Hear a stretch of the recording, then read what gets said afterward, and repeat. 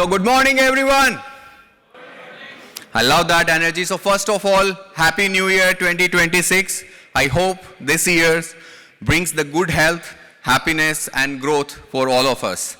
And before we move into the session, just a simple question to all of you. Today's session is about the wealth, right? So do you know the difference between the wealthy and the rich? Anybody wants to try? What is the difference between being rich and being wealthy? Well, the difference will be well defined by both our speakers, Nirav Bhai and Harsh Patel. So a very warm welcome to all our respected members, guests and speakers.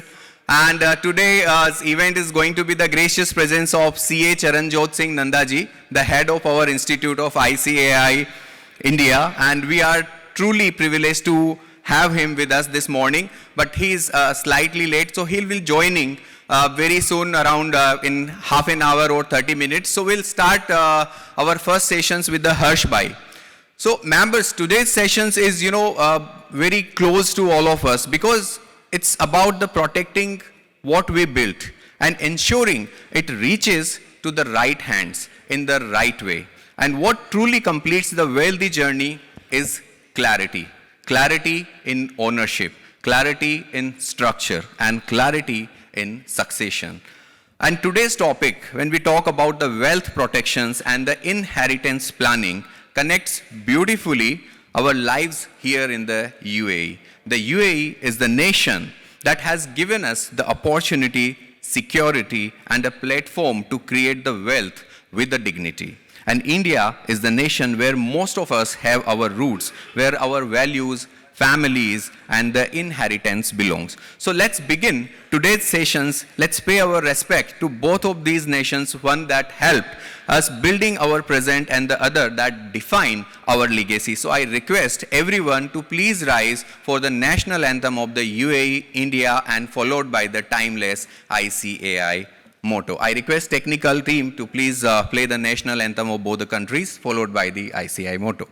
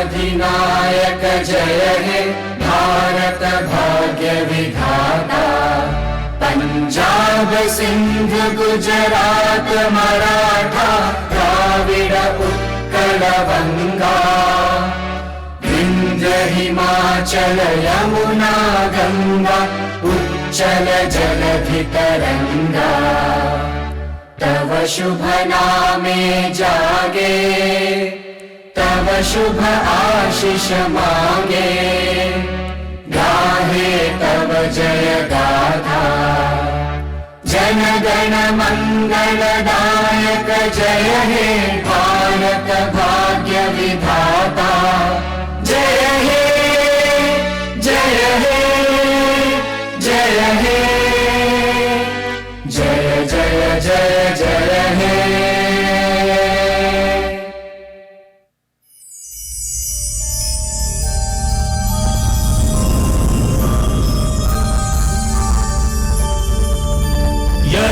सुप्तेषु जागृति दिशस्सुप्तेषु जाग्रति कामं कामं कामं कामपुरुषो पुरुषो निर्विमाणः निर्विमाणः तदेव शुक्रं तदेव शुक्रदब्रह्मा तदब्रह्मा तदेवामृतमुच्यते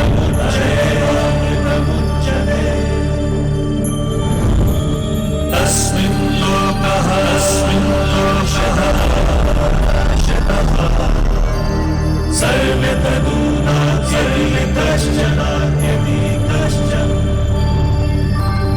एतद्वैता एतद्वैता एतद्वैता एतद्वैता एतद्वैता एतद्वैता.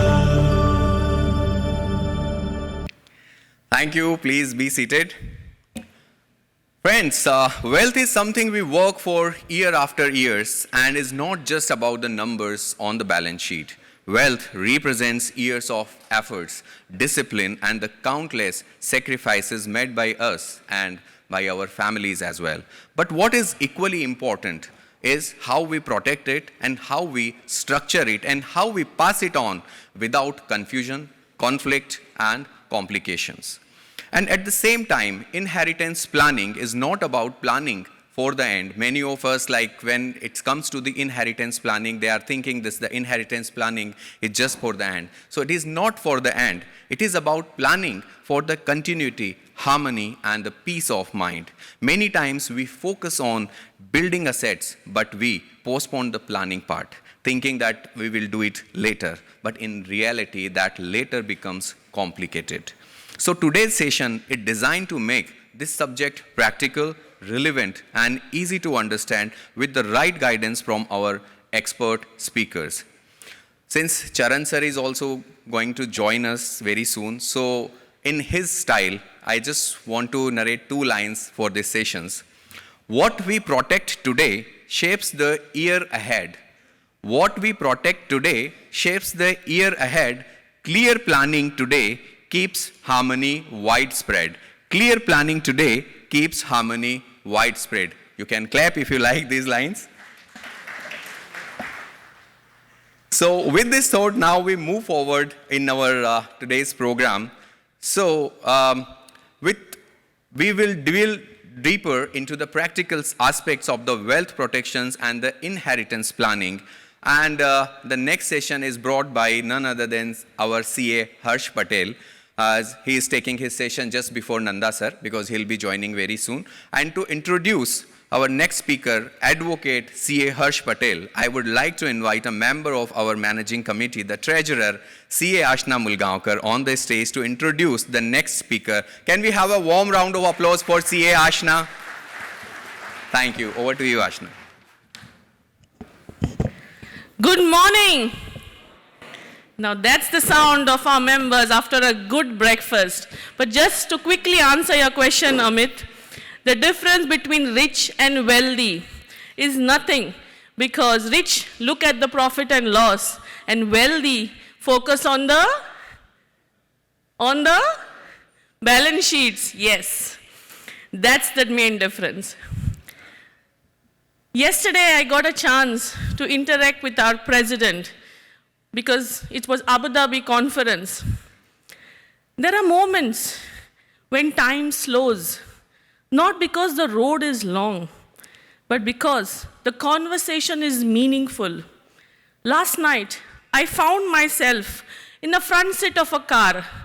As a professional chartered accountant, generally people have heroes.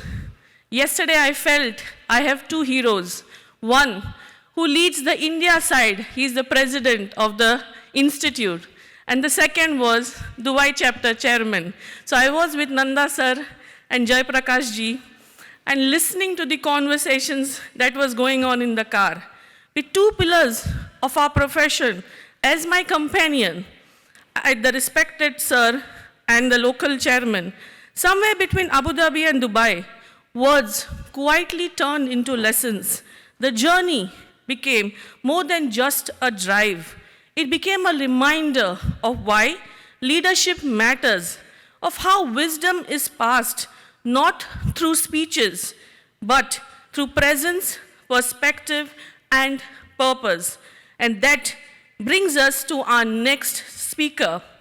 He belongs to the same race where care meets courage, where law meets finance, and where responsibility is matched with vision.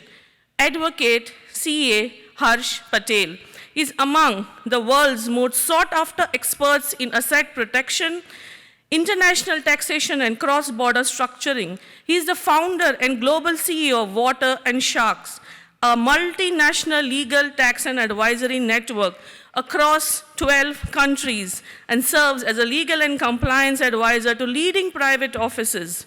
He has been recognized by Forbes, featured in CNBC, Gulf News, and honored by multiple international governments. He has also been celebrated by the icon of the UAE. When you see him on stage, you'll be surprised. He's not old, he's still very, very young, and that's his strength. So without taking much of your time, let us put our hands together to welcome Harsh Patel. Keep cheering, please. Thank you.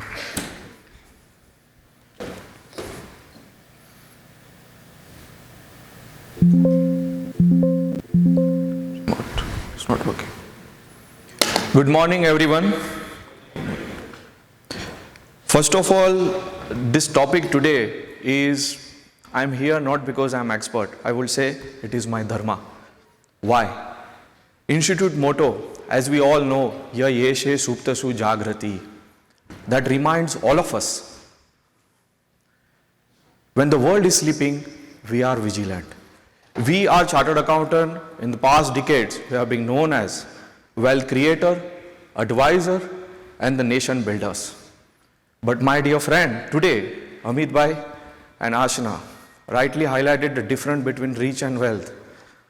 But I'm sure at the end of the session, we will redefine what is wealth. Wealth is not just a balance sheet numbers, it is about control.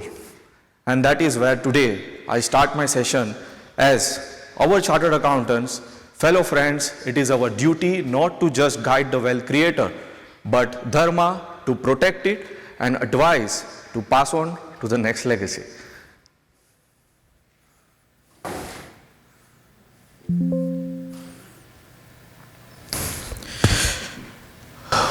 Very important in today's world where we live, where the world is so fragile and fragmented. What is the greatest risk to wealth? We might say the greatest risk to wealth is a loss. It is not a loss. We believe, and I believe, the greatest risk to loss is inability to access it when you need it the most. That is what the importance of the true wealth is. Imagine you have millions of lying in your bank account, but tomorrow you are not able to access it or control it. That is where the wealth without control has no meanings. How we gonna cover the today's session is not so much structurally formed.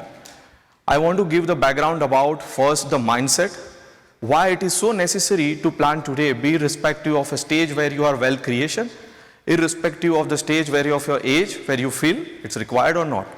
Why it is important, the mindset should be there of the control from the very beginning, even before the inception of your first million figure. True wealth today, definition over the past decade, I have seen has changed, and it's going to manifold change. What is true wealth is? True wealth today is not measured by number in the balance sheet or the rank by the Forbes, but true wealth which is accessible, which is private, which is independent, and which you have absolute control of it. That is what is true wealth is all about.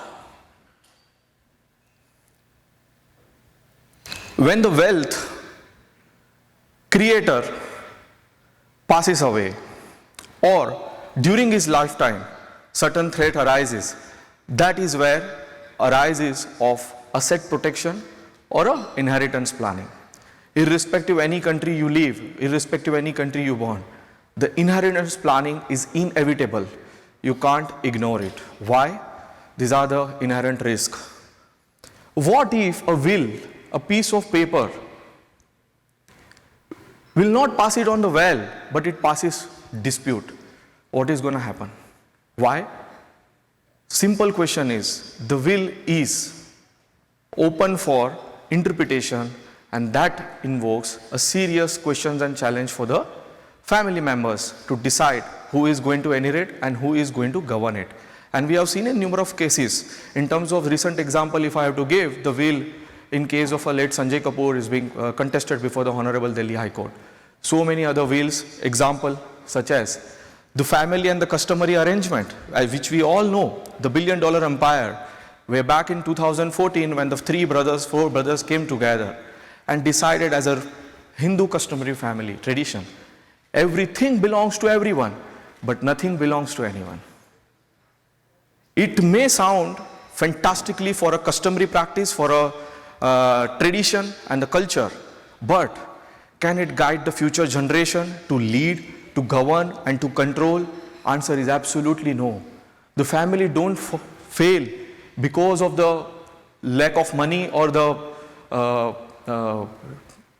threats to the wealth. They fail because structure, governance is wrong.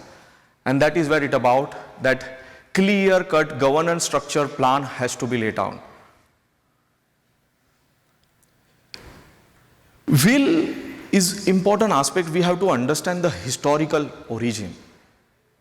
Thousands of years back in the Roman Empire and the earliest 2000 BCE, where will was used as an instrument to pass on the personal assets.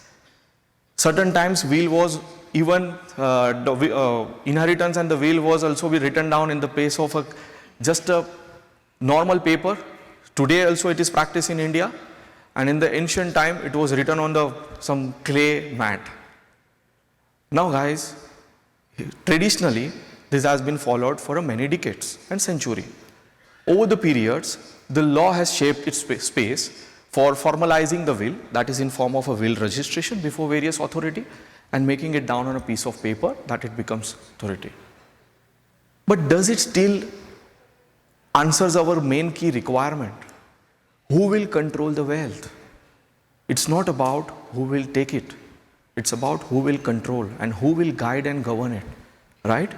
That is where it is important, the mindset of the wealth creator first should be there, and that is where we have a great case study before us.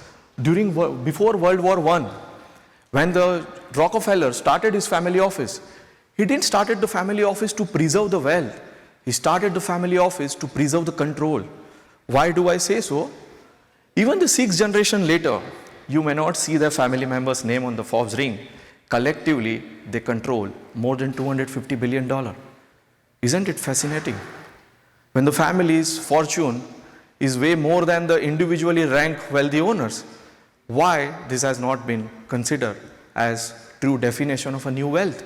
Where the control does not mean you own, control means your ability to access it, to utilize it and to direct it, the manner in which you decide that where your wealth it should go. Now, one question before all of us, where we stand today is not in the era of AI or technology or finance or sustainability. The biggest new challenge before all of us across the world is we are entering, my dear friends, in the greatest wealth transfer history in the human mankind. More than $100 trillion are going to be shifted hands and the borders from one generation to another and for another to third generation. Middle East itself, particularly Dubai, UAE, is going to witness the wealth transfer of more than $1 trillion in coming just 5 years. Are we prepared for it? The biggest question before all of us is. I have a big question for all of you. Any guess, numbers, what is the total GDP of the entire globe, world? Just a random guess. Sorry? 20 trillion, 110, 70, 20, 110, huge difference. Approximately 115 as we stand today. It is obviously quarter by quarter it gets fluctuating. So what I am trying to here press a stress is, The entire world's 1 year GDP is going to be transferred in next coming 1 decade. That is where it is demographically, culturally, and economically, it is going to be a massive, catastrophic if one do not plan, one do not structure, and one do not govern very well. Across the generation, the wealth is growing, but wealth growing without a governance, it is again dangerous. The wealth transfer, as we're going to see, is going to shift the hands from, I would say, silent generation or baby boomers like my generation's father and mother and the grandfathers and grandmothers, and going to shift the hands to the inheritance by millennials and Gen Z. Now, why this slide is so important? I am meeting day in, day out so many wealth creators, those who are in the age group of 80s, 70s, 90s, with due respect. What have been worked for them 40 years back is not going to work for the next 40 years. Why? Definition of the wealth has changed, definition of asset class changed. Now the asset also includes your Facebook, your LinkedIn, your Twitter, and social media accounts. Those decades back, those were not such asset class. Virtual assets, one may have a cryptocurrency in their digital custody. That is also be asset class, right? So definition of asset has changed. The demographic family situation has changed. You may be born in one country, you may marry to a nationality of different region, you may live in third country, you may have a business in fourth country, you may have a customer in 5 country, and you may have a kids studying in 6 country. That is what the reality is today. It is not a flex. It is reality, whether we accept it or not. That is why it is important. Whatever you plan today must be in keeping in mind not the generation of the wealth creator, but those who are going to inherit and succeed. That is why it will outlive the individual that has created the wealth.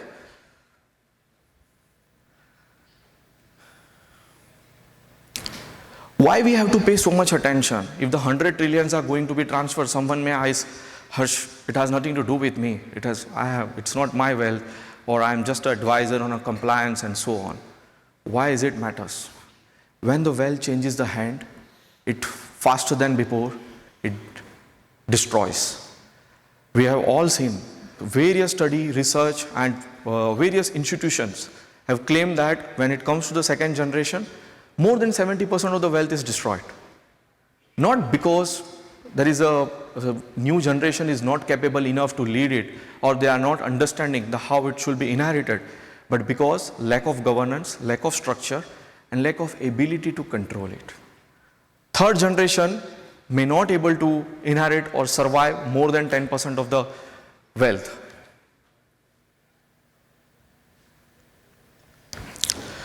So, basic background of the wealth is we started with the intention of the control, right? And the wealth poses a 2 type of serious challenge during the lifetime of a person. That is, I will say, be it a business risk, be it personal risk, and so on. And when the person passes away, it is about who will take it, in what form, in which ratio, and who will control and govern. These 2 questions, I will try to give you insights with some practical example and real legal analysis under the UAE and the Indian law. I have seen in recent past, particularly in last 6 to 7 years, the succession have been misunderstood. Succession, what do you mean by succession? Succession does not mean that after me, who will inherit the same. Example, you are the owner of one company, the shareholder 100% you are, and my son or daughter will share the 50-50. Let's take an example, guest and spouse. But who will be the CEO, right? Who will drive the force? So respect of a person who is a wealth generator or a creator or a founder will remain till the time of his last breath. Sometimes even such persons may also be sacked in the boardroom, right? That's a separate altogether. So if you pass on the wealth successfully by a will, be it your home country, be it a UAE, but new generation do not know who is going to be the decision maker or the governance, right? Control family loses faster than before, business collapses family suffers, property get froze, and second generation will have to start again from the zero. Objective here is today, what I am going to advocate is, I believe if someone has put on blood and sweat and generated the wealth through their dharma and karma, then it is his duty to also make sure the same wealth also be protected.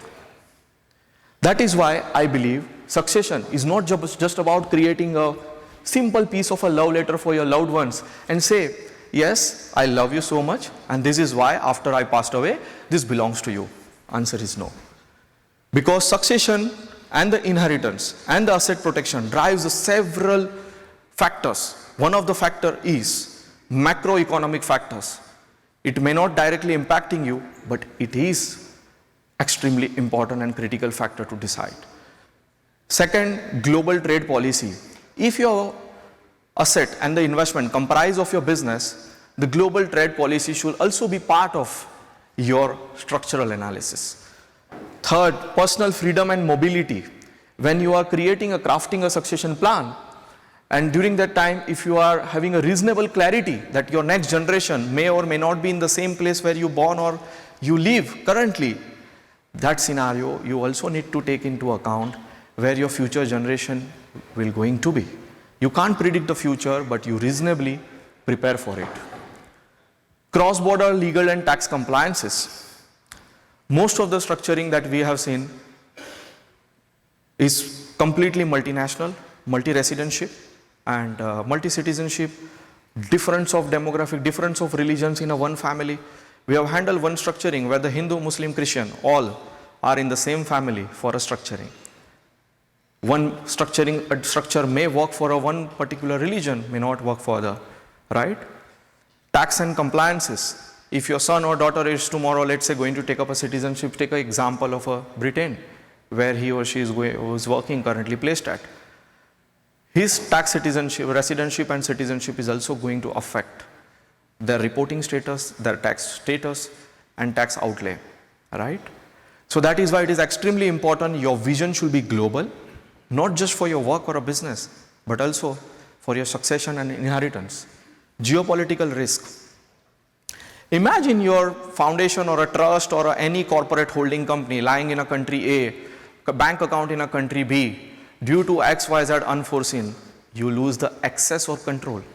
This is where we started, right? You may have a perfect, careful structure plan which may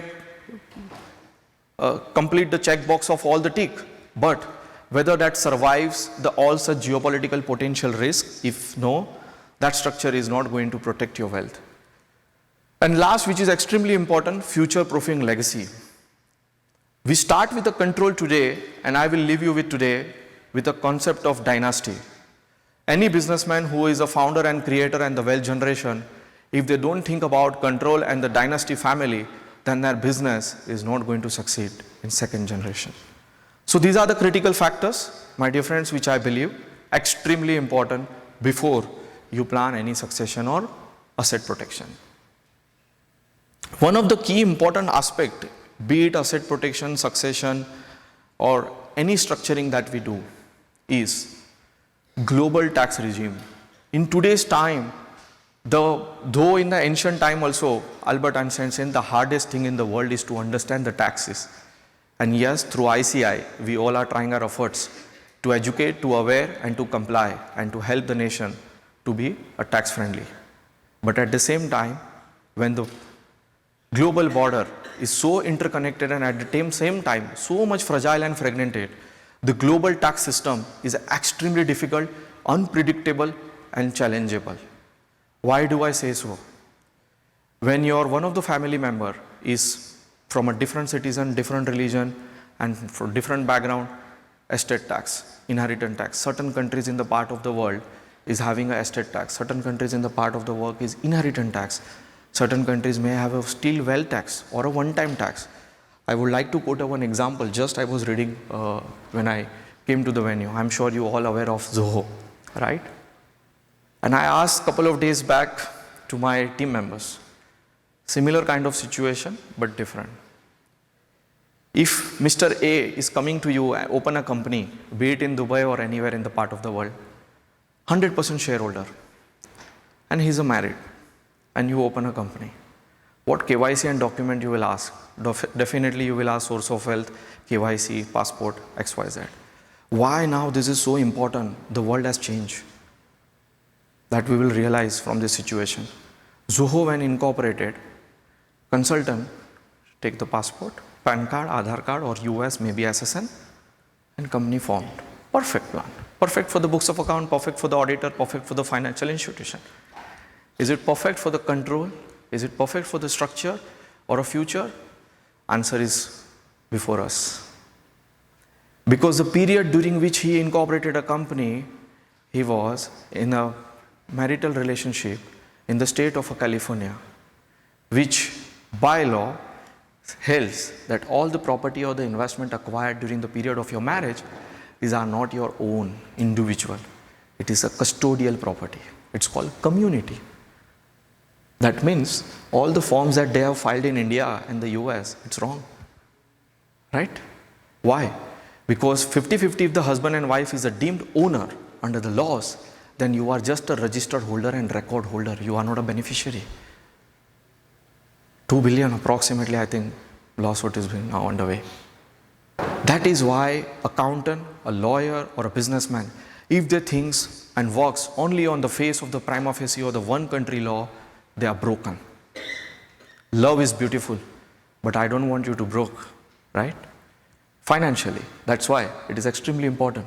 You must plan well in advance. Inheritance tax, exit tax, wealth tax, and net worth base, especially particularly when the US and UK family members are involved. It may happen that the same asset being targeted to tax in UK under inheritance regime, and the same asset may be attracted to estate tax if it is not planned carefully. Control foreign corporation. Today it is in the race of everyone is moving, everyone is shifting.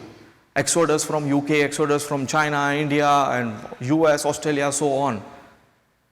Opening a foreign corporation from your home country is not a tax planning. It's inviting the authorities to your home at an open heart, unless you fulfill this cross-border tax regulation that is called control foreign corporation, right? Transparency and reporting status. In today's time, we do say, I started with a definition of wealth, you may recall, is being private. And you may ask me again, Harsh, you are advocating for privacy, but there is no privacy because whenever you go for account opening or whenever you go for opening a company, you need to report all your whereabouts, which are countries you are citizen, residents, and so on. Privacy do not mean that secrecy or discreet or hiding. Privacy and secrecy lawfully means creating a lawful structure which gives you complete autonomy over your wealth and the money. And yes, it is possible that we're gonna cross-border exposure. I hope, Jai Bhai, you will allow me 10 minutes more because the theme is a year of growth and I don't want growth to be tarnished without protection. Cross-border exposure. The families and assets spread across different world jurisdictions. The heirs and the beneficiaries they're born in one country, but they're living in another country, they're marrying in another country. It invites a serious requirement of understanding of the global regime. Corporate entity, today's business, everyone is interconnected, particularly the UAE, the nation where more than 150 nationalities are citizens are working as a entrepreneur, or be it at a employment level and leadership level and so on. Directly or indirectly, their home country regulation are affecting. This may lead to tax residency dispute. One may be resident in one country in UAE, 182 days and more. At the same time, he or she may be resident in other country. The classic example, imagine the 90 days you are living in Cyprus, the 120 days you are living in UAE, and another days, 180 days in UAE and another days in India. You may attract residents in all the three countries, right? A British citizen who moved out just recently, he is living in Dubai 240 to 300 days, 65 days he is just visiting for his family and certain kind of business affairs he is managing. He may say, I have a tax resident certificate from UAE, But UK law says so otherwise, right? That is why it is extremely important. Residential status is crossing the border. That time, careful understanding of double tax avoidance agreement. Nirav Bhai is our expert. He will deep down in the more how cross-border complexity and the tax residency status is governing your inheritance and succession plan. Regulatory and disclosure mismatch. We covered the Zoho example. As per Indian law, you are not required to inform the authority that this is my community property if the Zoho is, I presume, to be an Indian holding company. As per law, California business law, he is not required to report, right? But where is required? Only 2 nations in the world currently, I believe BVI and Cayman, and one more jurisdiction started. Concept of recognizing community ownership. So when the regulatory mismatch happens, the consultant and advisor thinks it is normality. It's no more. Last, erosion of a financial privacy. If you don't plan properly, if you don't structure it properly, your privacy is just a myth. Today we post all about our social well-being, social gatherings and everything over the social media. But directly or indirectly, that is also leading to eroding your financial privacy. And that is why it is extremely important. The more the secret you are, the more private you will be. And more the broader you will cross, you are exposed more. However, that does not mean you should remain to one country or one city where you born for. I never advocate this. Being global means truly global in mind, but prepared for your family, for the future. Because during even World War I or World War II, the families, those survive, my dear friends, those were not those who were hiding in the bunkers. That was a personal safety. But the wealth was protected.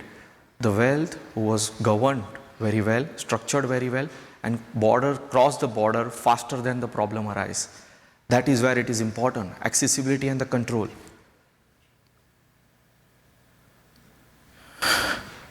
We can skip this. It is one of the reasons that why it is extremely important the wealth should move when the regulatory changes and so on.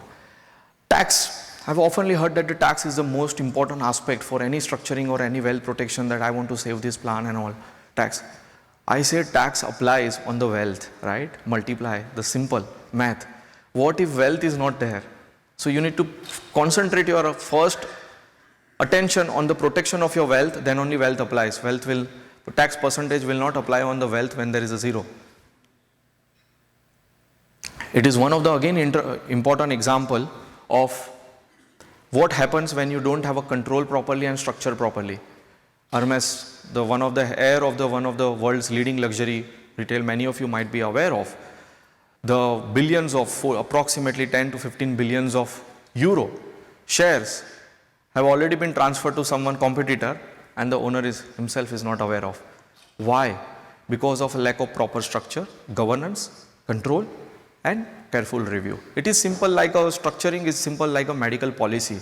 I always say it is not a one time that you create a love letter, put it in your locker, and only when it will be open at the time of you die. If that is the case, then case of Hinduja may happen to you. My dear friends, 20-30 years back, even without a will, family was able to survive for next generation. We have a beautiful example before us, Shri late Dhirubhai Ambani, right? He died without will, but it took 2 to 3 years, but mother stepped in and both the brothers managed to get the portfolio of their company's business.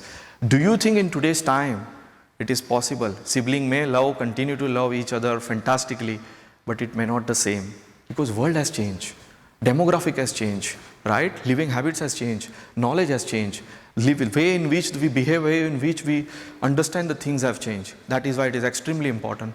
You must plan. The UAE, the new global hub for estate planning. I will not say global hub for estate planning. I will say UAE, the new global magnet for attracting the wealth, attracting the businessman, the founders, the talent, and the capital. UAE is the only country in the world, not because we practice here, we live here, but the laws are moving faster than one ever thinks. Laws are shaping its shape for understanding the family's future need. The UAE is the first country in the world who recognized the concept of AI, and the AI ministry was there. AI courts were there. Many of you may not be aware of, but we have an AI court in the DIFC. UAE is one of the countries where regulations are quite, I would say, stable, predictable, and a business and investor friendly. Yet after VAT, yet after corporate tax, the immense trust and the respect for the regime is continue to grow manifold. And that is where when the wealth is created at a rapid pace and the wealth is attracted at a rapid pace, time for the estate planning and the protection. Let us start with the UAE, the current topic today. I'm sorry, it is just 15 minutes for today's topic, but the mindset and the background is extremely important. Otherwise, it just becomes the piece of wheel or a foundation, and we don't want to do that. What is will? Will is just a last will. Will means a person's last choice or a decision to whom this asset will go. Simple. It can be a piece of paper written on a simple piece of paper lying with your consultant or doctors or lawyers, or it needs to be registered in some country, then it has to be registered or notarized or legalized as the term may applies. Let us take a clear scenario. In UAE, a person A, Mr. A, who dies with a UAE will for their loved ones.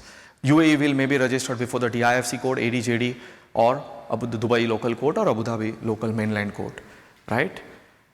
Let's not talk about first religion, first dies with a will. What will happen? The situation, the moment he passed away, the process will be extremely simple. Since the will is a UAE local will, it will straight away go for execution or enforcement, as we call it. Family member will enforce the will, approach the court, relevant authority, and straight away directly it will being submitted to all the relevant financial custodian accounts or property or companies, trade license or authority, so on, right? Approximately time gap, I would say, depending on how consultant, how your FAR moves faster and how soon your family members are coming out of the personal grief, right? So approximately, I would say 1 month, 1 or 2 months, depending on the size of the family as well.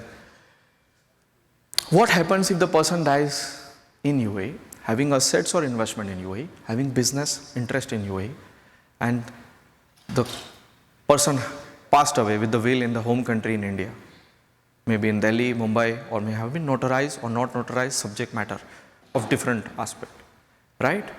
Whether this will is valid or not. Now, answer is absolutely right. This will is valid because UAE, India both are signatory to a common Geneva Convention and the Hague Convention, which requires to reciprocate the enforcement of such matter. But there is a judicial process for that. And in India, the will requires probate. Example, case of a late Sanjay Kapoor. If that is the case, if the will is being contested, challenge between family members, your heirs, khalas is the only word I feel the best to the situation. You never know when your assets is going to be transferred to your family member. Imagine in that situation, if your family is owning a business and that trade license is subject to renew every year. Correct me if I'm wrong, right? You won't able to renew the trade license. Why? Because the beneficiary will not able to do KYC or UAE pass or whatever. Person is died. You will not able to continue the employment. You will not able to give the visa. You will not able to continue the bank account. In just fraction of months, your business gone, your everything collapse, blink of your eyes. That is why it is extremely important. Wealth is moving, people are moving, borders. Your approach should also move across border. So in home country wills, if the will is not contested, let's say in our example, Bombay or Delhi, then first your heirs should approach the relevant authority, take the, apply for the probate certificate and succession certificate of probate, and then we apply for execution in UAE, that is by opening up a local case in the mainland court, right? It will not directly go to the DIFC or ADGM because by default in UAE, civil law applies. UAE is a country where civil and the common law both are applicable. That is why it is extremely important carefully to understand the repercussion of each and aspects of this law. If one dies without will, let's say one is thinking, I am too young, I don't want to create a will, I am just 35, I am 40 or so on. When God message comes, it does not see the time or the clock, right? And it is extremely important that you plan well in advance, right? And why I say so, in last 100 years, if you see decade by decade, your ability to access to your family, to your freedom, to your control of your wealth, to your health and the well-being has magnificently deteriorated. Why? Through our habits, through a variety of a new innovation that is leading to our backfire. And that is why it is unpredictable life. Guys at 30 age are also getting a heart attack. Today I am here, God forbid, something happens to me. Am I prepared for? So that is why if person dies without a will, what happens exactly? When person dies without a will, the civil personal law applies. If you are based in UAE, your assets are in India and your assets are in UAE, then for the assets in India, definitely Indian laws applies because your citizenship. My dear friends, citizenship, residency and the religion, these three are combo are extremely important for deciding which law and the how manner in which the succession will apply. So in UAE, for a non-Muslim family, straight away we have a choice either to select the home country succession law, be it French, be it UK, be it India, so on. And then for Muslim family members, by default Sharia law, right? So certain times the religious and customary practice may direct the person to pass on the wealth in such a manner, but he or she may not be agreeing to that. That is why without having a structure, understanding what is have an implicacy if you dies without a will, that is where it creates a problem. How it doesn't matter how many Saint Valentine's, how many Children's Day you celebrated with your family, but at the end when you pass away, the one simple love letter, beautiful, which is duly notarized and recognized, is not there. All your love brings them into a kiosk. So for non-Muslim and Muslim, if the will is not there, the succession sometimes takes 2 years, 3 years, 4 years. Three practical case study we are covered at the end. Now the importance, will answers or will speaks only after your death, but structure gives you ability to take your wealth till you die. What does that mean? If there is no wealth, my dear friends, wealth poses a serious risk which we will see now. If there is no wealth at all, what you will pass on the will? Imagine if someone has created a will, now I'll pass on 100 million in my will to my XXX family members. And during the lifetime of next 20, 30 years of his surviving, there are n number of case law, I have a law case filed against him, n number of business risk, n number of geopolitical, political and so many other risks. He is not passing a will, he is just passing a simple piece of document without having substance. So trust and foundation, I believe today, definition of wealth has moved from ownership to control. Ownership is must, but control is also must. And I am sure many of our IFRS experts will also say the same. The control is more important in the consolidation of financial statement, right? Why high net worth family moves away from a personal ownership? Succession security. You need to have a one clear structure which outlive your individual wealth. Privacy and confidentiality. Owning hundreds of property across the UAE and across the world and giving around your passport and KYC everywhere now and then, isn't it attracting too much attention? That is why the structure must be created in such a way not to hide anything, but to remain private and confidential. Flexible for governance. If trust and foundation is there and there is a possibility that you have 10 businesses, you can lay down clearly which business will go to whom, which business will be controlled by whom, which business and family matters will be governed by whom, which family member, which of your children, those who are minor, will be having guardianship of whom. That is why clear-cut family governance. Litigation protection, if during the lifetime of your journey, if any challenges or risk or any threat arises, that such structures may able to protect it. 3 key jurisdictions to look at it, DIFC, RAC and ADGM. DIFC, ADGM, everyone we aware of. I don't want to, I just want to focus on the more creditor protection, strong in all the tick mark. Firewall protections explicitly stated in all the 3 jurisdictions. 3 works in the same structure. 3-year statutory limitation period. What does this mean?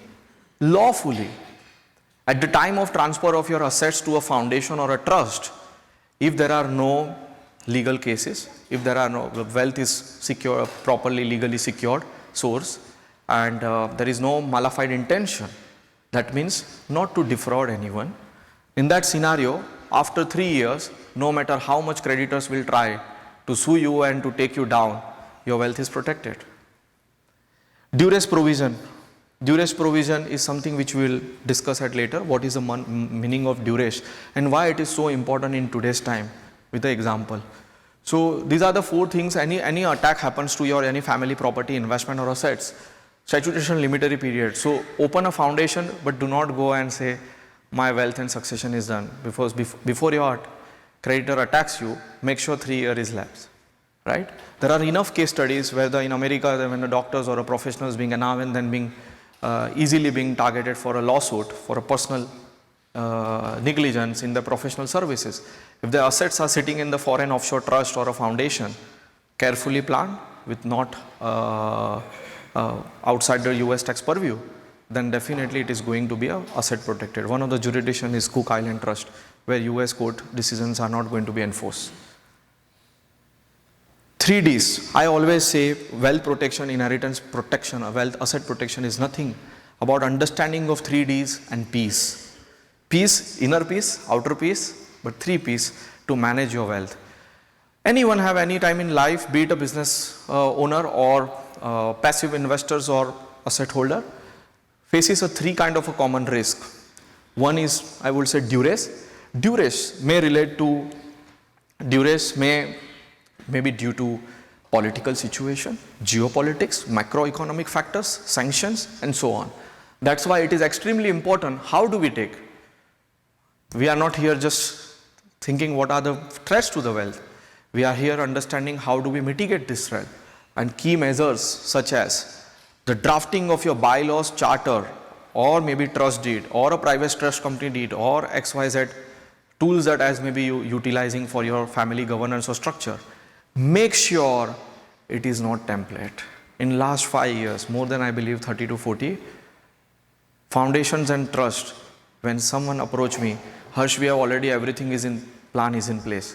And I ask, send me the bylaws and charter, ready-made template of DIFC or RAC ICC or ADGM, or maybe foreign country, right? ChatGPT may give you guys a trust deed or ADGM DIFC deed, but ChatGPT will not able to understand your family demographic, your requirement, your personal needs, emotions, human quotient, and future risk that only you can predict what can be for your family. Because AI is nothing but collection of all the thousands of data. How can you generalize your family succession at the mercy of collection of all the global data? What is this measure? Flight cross. Ideology starts at, if something happens to individual, he packs his bag and he goes to the second country, right? That does not mean running away from the legal system. I'm not advocating at all. It's about a situation is not so more conducive for the family well-being, freedom and the control. And that is where, when we say rightly, employee leaves the organization not because the paycheck, but because of more room for opportunity to grow and the environment that they do not believe that is aligned with their. Similarly, we also as an individual or human, when your family values are not aligned, you move back your bag and go back to another country. Why don't you do for your structure? Many of us says once the structure is made, it is like permanent. It is not a immovable property. It is not a Burj Khalifa where you will not able to move. But yes, trust and foundation, if you registered carefully with such mechanism, if something happens in a one country, let's say you have incorporated your trust or foundation in a Bahamas or a Bermuda or BVI, and you realize there are now these countries are in blacklist and you are suffering from a serious reputational risk and so on, accessibility risk and day-to-day operation challenge. What if you have not considered such mechanism in well in advance? You will not able to move to the reputational jurisdiction like DIFC, ADGM. That is why it is extremely important. If a human is mobile, why can't your structure? Second, duress clause. Duress clause are clause when we say that any apple is rotten, please throw away, right? For the time being. Apple will not be again be the same. But today's due to AI and the drugs, definitely anything can happen. Duress clause. If one of the family member is a threat to the family wealth, temporary, you must have a such mechanism in your bylaws and charter and your governance structure where you automatically vacate them and automatically remove them so that the family wealth is protected, right? If I am saying so, with a reference to various case studies of a various notable personality, which undergoes into a, let's say, family dispute, divorce, or maybe some governance issue or dispute. Famous example, Russian billionaire Abramovich, the owner of the UK football club, and he now forced upon to pay the entire sales proceed to the, at the mercy of the UK government, right? So still, there are some inherent, which I believe from the face of it, there are some structuring has already been taken into place, and that is why his wealth is, to an extent, is protected. Duress clause. So duress clause is extremely important. Duress is the one like which triggers and allows the other thing. Duress clause is acting like a situation. If the following situation arise, X, Y, Z, then the flight clause will trigger, and then automatically this is going to be shifted. Am I allowed to take 8-10 minutes more? Thank you. Redomiciliation flexibility. It is nothing but when your such situation arise, you are triggering the flight clause, so you are shifting all your registration to a foreign jurisdiction. It will remain continuous, your foundation and trust. 3 Ds, duress, divorce, dispute.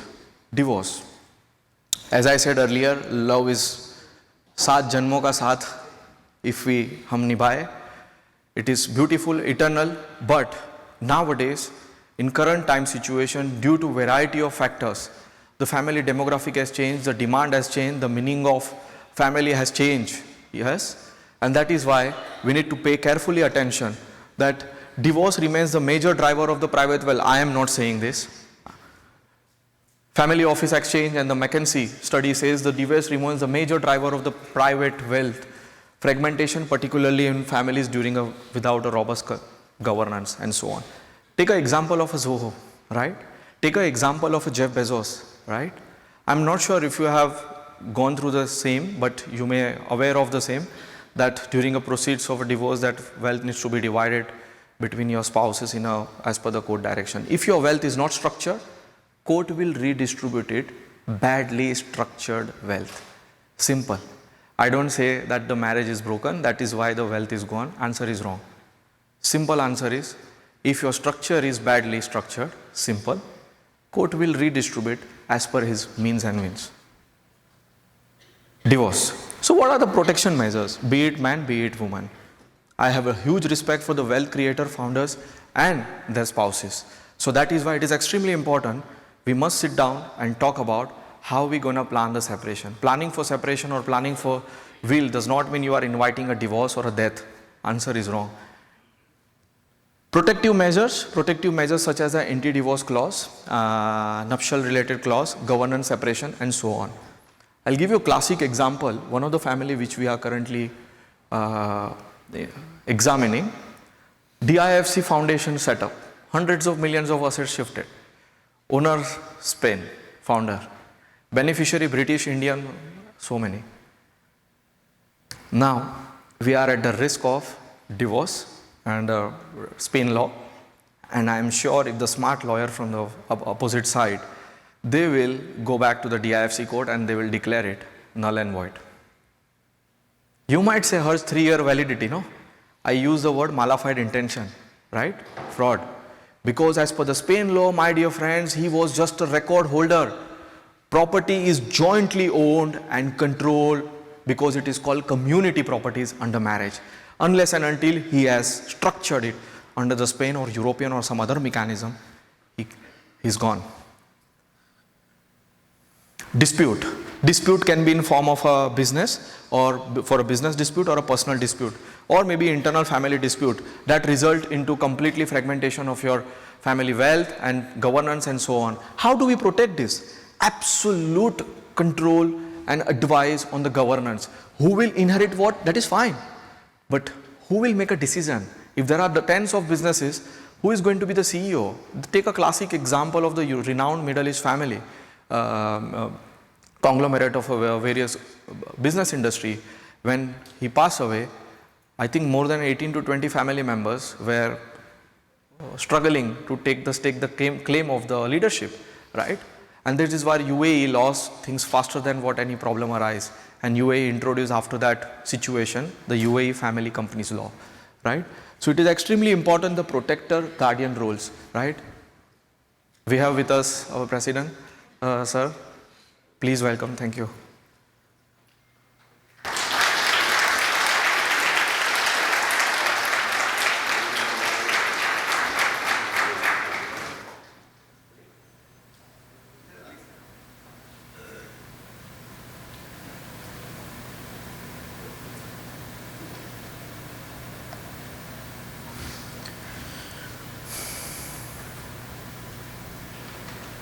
Thank you, sir.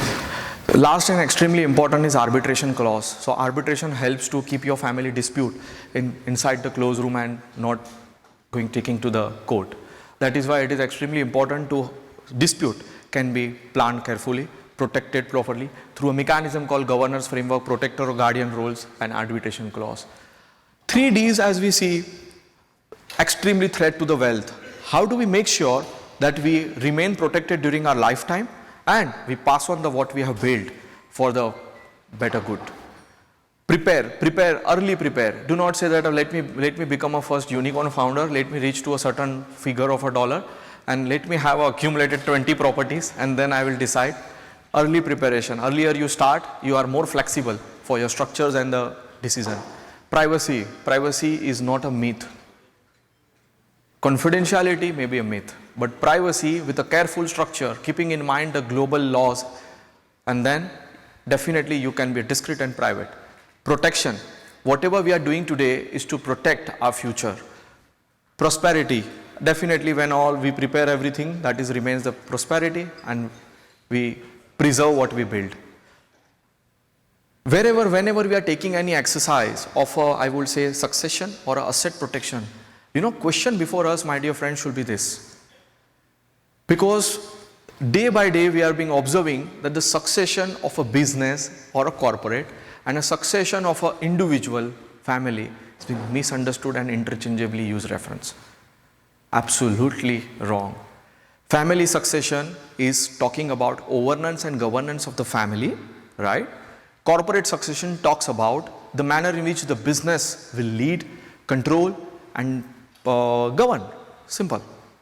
You may have a separate corporate succession, but you need to have a family succession. Classic example, in last recent time that we have seen, everybody opens a holding company in the Jafza and the RAK ICC or Medan or IFZA or so many free zones. And they say my succession is done. I've been hearing this. Right? You open one company in a free zone and hundreds of your business and assets are parked in that. Is it you call it succession? It is not a succession. My dear friend, Rashna has rightly said, it is nothing but a balance sheet consolidation. So that wealth is just shifted from an individual shareholding to a corporate shareholding, and it is mere consolidation in the eyes of auditor and in the eyes of regulatory filing. It is not a structural consolidation. That is why twofold approach should be required. Family and the corporate succession both should go in hand, and that is why corporate succession sits at the down and the family sits at the top, right? Which family member takes the which industry vertical as a CEO, that comes as a part of a corporate succession. But when it comes to the dinner table of the family, which wealth to be invested where, like a family office, and which family member should take a lead for certain matters and a decision important governing the family, that is where family governance and success comes into picture, right? So why? Ask ourselves why we are undertaking this exercise, what is the objective, where we will incorporate or implement. Do not limit your ability to a just particular one jurisdiction. Which key jurisdictions are, who is going to take a vital role in a succession, be it a family or be it a corporate, and how we will implement this, extremely important. Implementing does not mean registering just a trust or foundation and transferring the ownership. It is also important how carefully you structure and you implement it. The global snapshot of the jurisdiction, UAE, Singapore, Switzerland, and many jurisdictions. I'm sure if our leadership allows, then we'll share this presentation to all of you. One of the key structure that UAE is one of the most tax friendly and the best investor friendly, and for a business or a personal owner, this can go like this way. Top to bottom, top at the word trust or foundation. These are all real life example for a multi-billionaire conglomerate. Family office investment portfolio, that is for shares, security, real estate. A family holding company, family office, and the subsidiaries across world can be controlled through this. Now, trust and foundation and family holding company, I will not touch upon tax, these are fiscally transparent, but this structure gives you private, confidentiality, completely control and accessibility to you as and when required, provided you plan that way. And your structure looks beautifully, as beautifully your family are. Typical structure for PPLI, again extremely complicated instrument or tools, go back to the, again, World War I time, Henry Ford and I would say Rockefeller style. What is this? PPLI, I say sometimes to a certain size of a asset size of a family, why don't you shift your entire family business or a asset to an insurance company? And question before, so Harsh, you mean to say I should exit from your business? This I have done for 5 decades. No. What I am saying is, remove the ownership. My dear friend, Ashna has rightly said the wealth is balance sheet ownership. But I say the wealth of your personal ownership attracts various threats. And that is why you must learn how do we alienate such risk by removing the ownership to the control. When you have the control of your company, let me give you an example of many Swiss companies or many European companies, those who are currently operating since 200 years. Is it just to write on the piece of paper or letterhead since operating 1829? Answer is no. It is before, structure is created way before they imagine that there can be a risk. That is why it is important. The family members are also not knowing. I was speaking to one of the CEO of the Hong Kong insurance company, and he said, I don't know who is my boss. In the sense, he knows who is his director or CEO, but I don't know who is a shareholder. Because my company's shareholder is XYZ Insurance Limited, Bermuda. And now no government in the world can have access to that, right? Is it legal? Absolute legal. Depends in the manner in which how you implement, how you structure it. When for your approach your family, the question to your family is privacy and confidentiality, then this is the one that one should look after. Different kind of structure. Mr. Bill can take a foundation trust holding company this way, and he can also go for a PPLI, or PPLI is nothing but private life insurance. The policy that we see on online is nothing but a retail insurance. These are bespoke insurance where your insurer, where your wealth advisor, lawyer, chartered accountant and your banker and your family sits together and draft policy for one particular person. That is what is all about. We don't have to run in a space of forming a foundation or a trust. It will again be a rat race in the case of a commodity market. Another structure which quietly I have been following up and been implementing in last 15-20 months, Mauritius, Singapore and various other countries including ADGM. ADGM I don't have VCC, but they have a SPC regime and all. We call it variable capital company.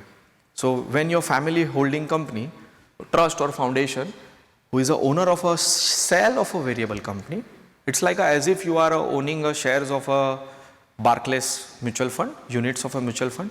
You are owning a variable capital company units, and that unit will control your family business. So privacy, FATCA, CRS, everything remain outside the purview of the tax regime. And with that note, I will end with 3 case study. One of the important, imagine that of an expat individual without testamentary planning. I believe we covered this. UAE, one of the person who is having hundreds of millions of worth of property, he passed away without will, Indian origin, or let's say British origin, right? All the property will be froze. Simple. On the Dubai REST app, practically Dubai REST app, it will be called as froze. How they will come to know? Obviously, if Emirates ID is not renewed, or if you approach the bank, definitely it is going to be linked, right? Simple. So all the property will be froze, will not be utilized for your family for the manner in which they wish to. So that is why it is extremely important. Will at least, कुछ नहीं करे तो will कर लो. But अगर will के अलावा अगर आप foundation और trust कर रहे हो और उसके ऊपर insurance, then guys, that will the best love letter for your family that one can ever give. Thank you so much for all your kind attention, and I hope I have. Thank you so much, Harsh Bhai, for that practical, insightful and enriching sessions. And I sincerely thank you on behalf of the members for sharing your knowledge and experience. I would like to call our chairman, CA Jaiprakash Agarwal, vice chairman, CA Rishi Chawla, along with CA Ashna Mulgaonkar, to present a memento as a token of appreciation on behalf of the members and the chapter. Can we have a huge round of applause for CA Harsh Patel?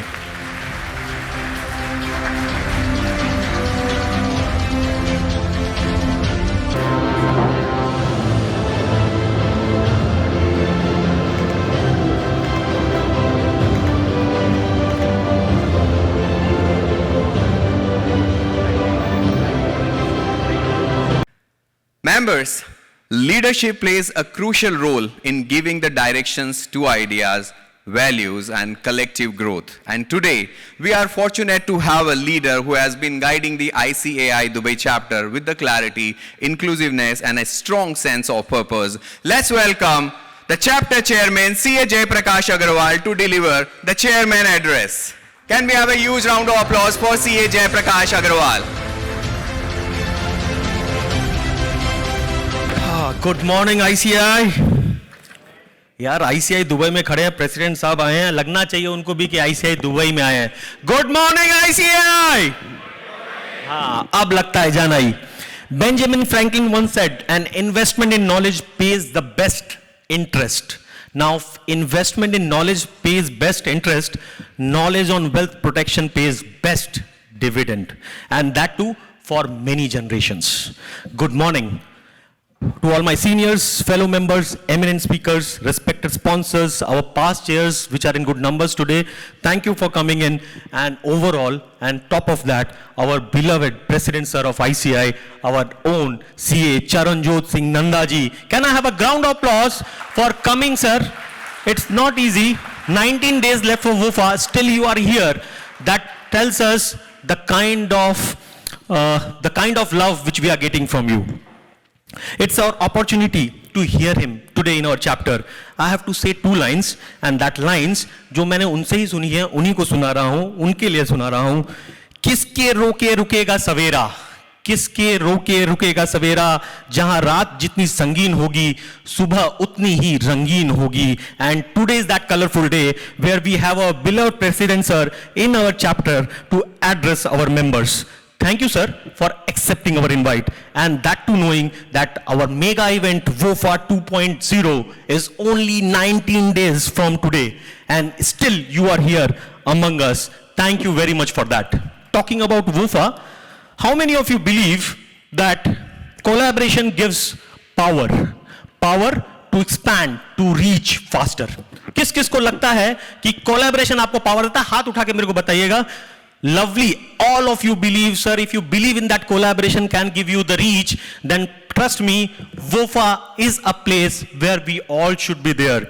WOFA is an opportunity which is given by our institute, our own chartered accountants, ICAI body, to be there and be among 10,000 plus chartered accountants who will be attending it from across the globe. You're not only meeting your Indian chartered accountants, you are meeting chartered accountants from Africa, from US, Australia, Sri Lanka. All of them will be there under one umbrella to discuss, to deliberate, and to peep into the future. A mega event which gives us a single window to network, to collaborate, to connect across cities and countries over a period of 3 days, which otherwise can take months or quarters to achieve. So please, let's not miss this opportunity and let's use it to take our professional setup global, because सोचने से कहाँ मिलते हैं तमन्नाओं के शहर, सोचने से कहाँ मिलते हैं तमन्नाओं के शहर, चलने की जिद भी जरूरी है मंजिल पाने के लिए. मेरी लाइंस नहीं है सर, आज जिनको आप सुनने वाले हैं उन्हीं से मैंने लाइंस कुछ चुरा ली ताकि कुछ नया सुनने को मिले.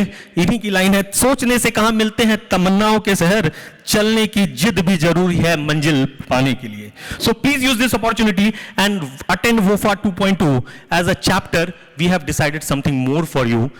If you register for WOFA event and if you attend it, members registration fees will be reimbursed by the chapter. Not one member, 5 members fees we will reimburse at 100% out of a lucky draw after WOFA. You have to establish that you registered for it. You have to establish that you attended it, which is more important. And out of that raffle draw, if you say 50 of us joins for it, 500% reimbursement comes from the chapter. We announce it on behalf of President Sir. Here he is saying, so we have to announce it. Yes, we can clap for it, क्योंकि हमारा खुद का event है और हमें करना है. चलिए, let's move on.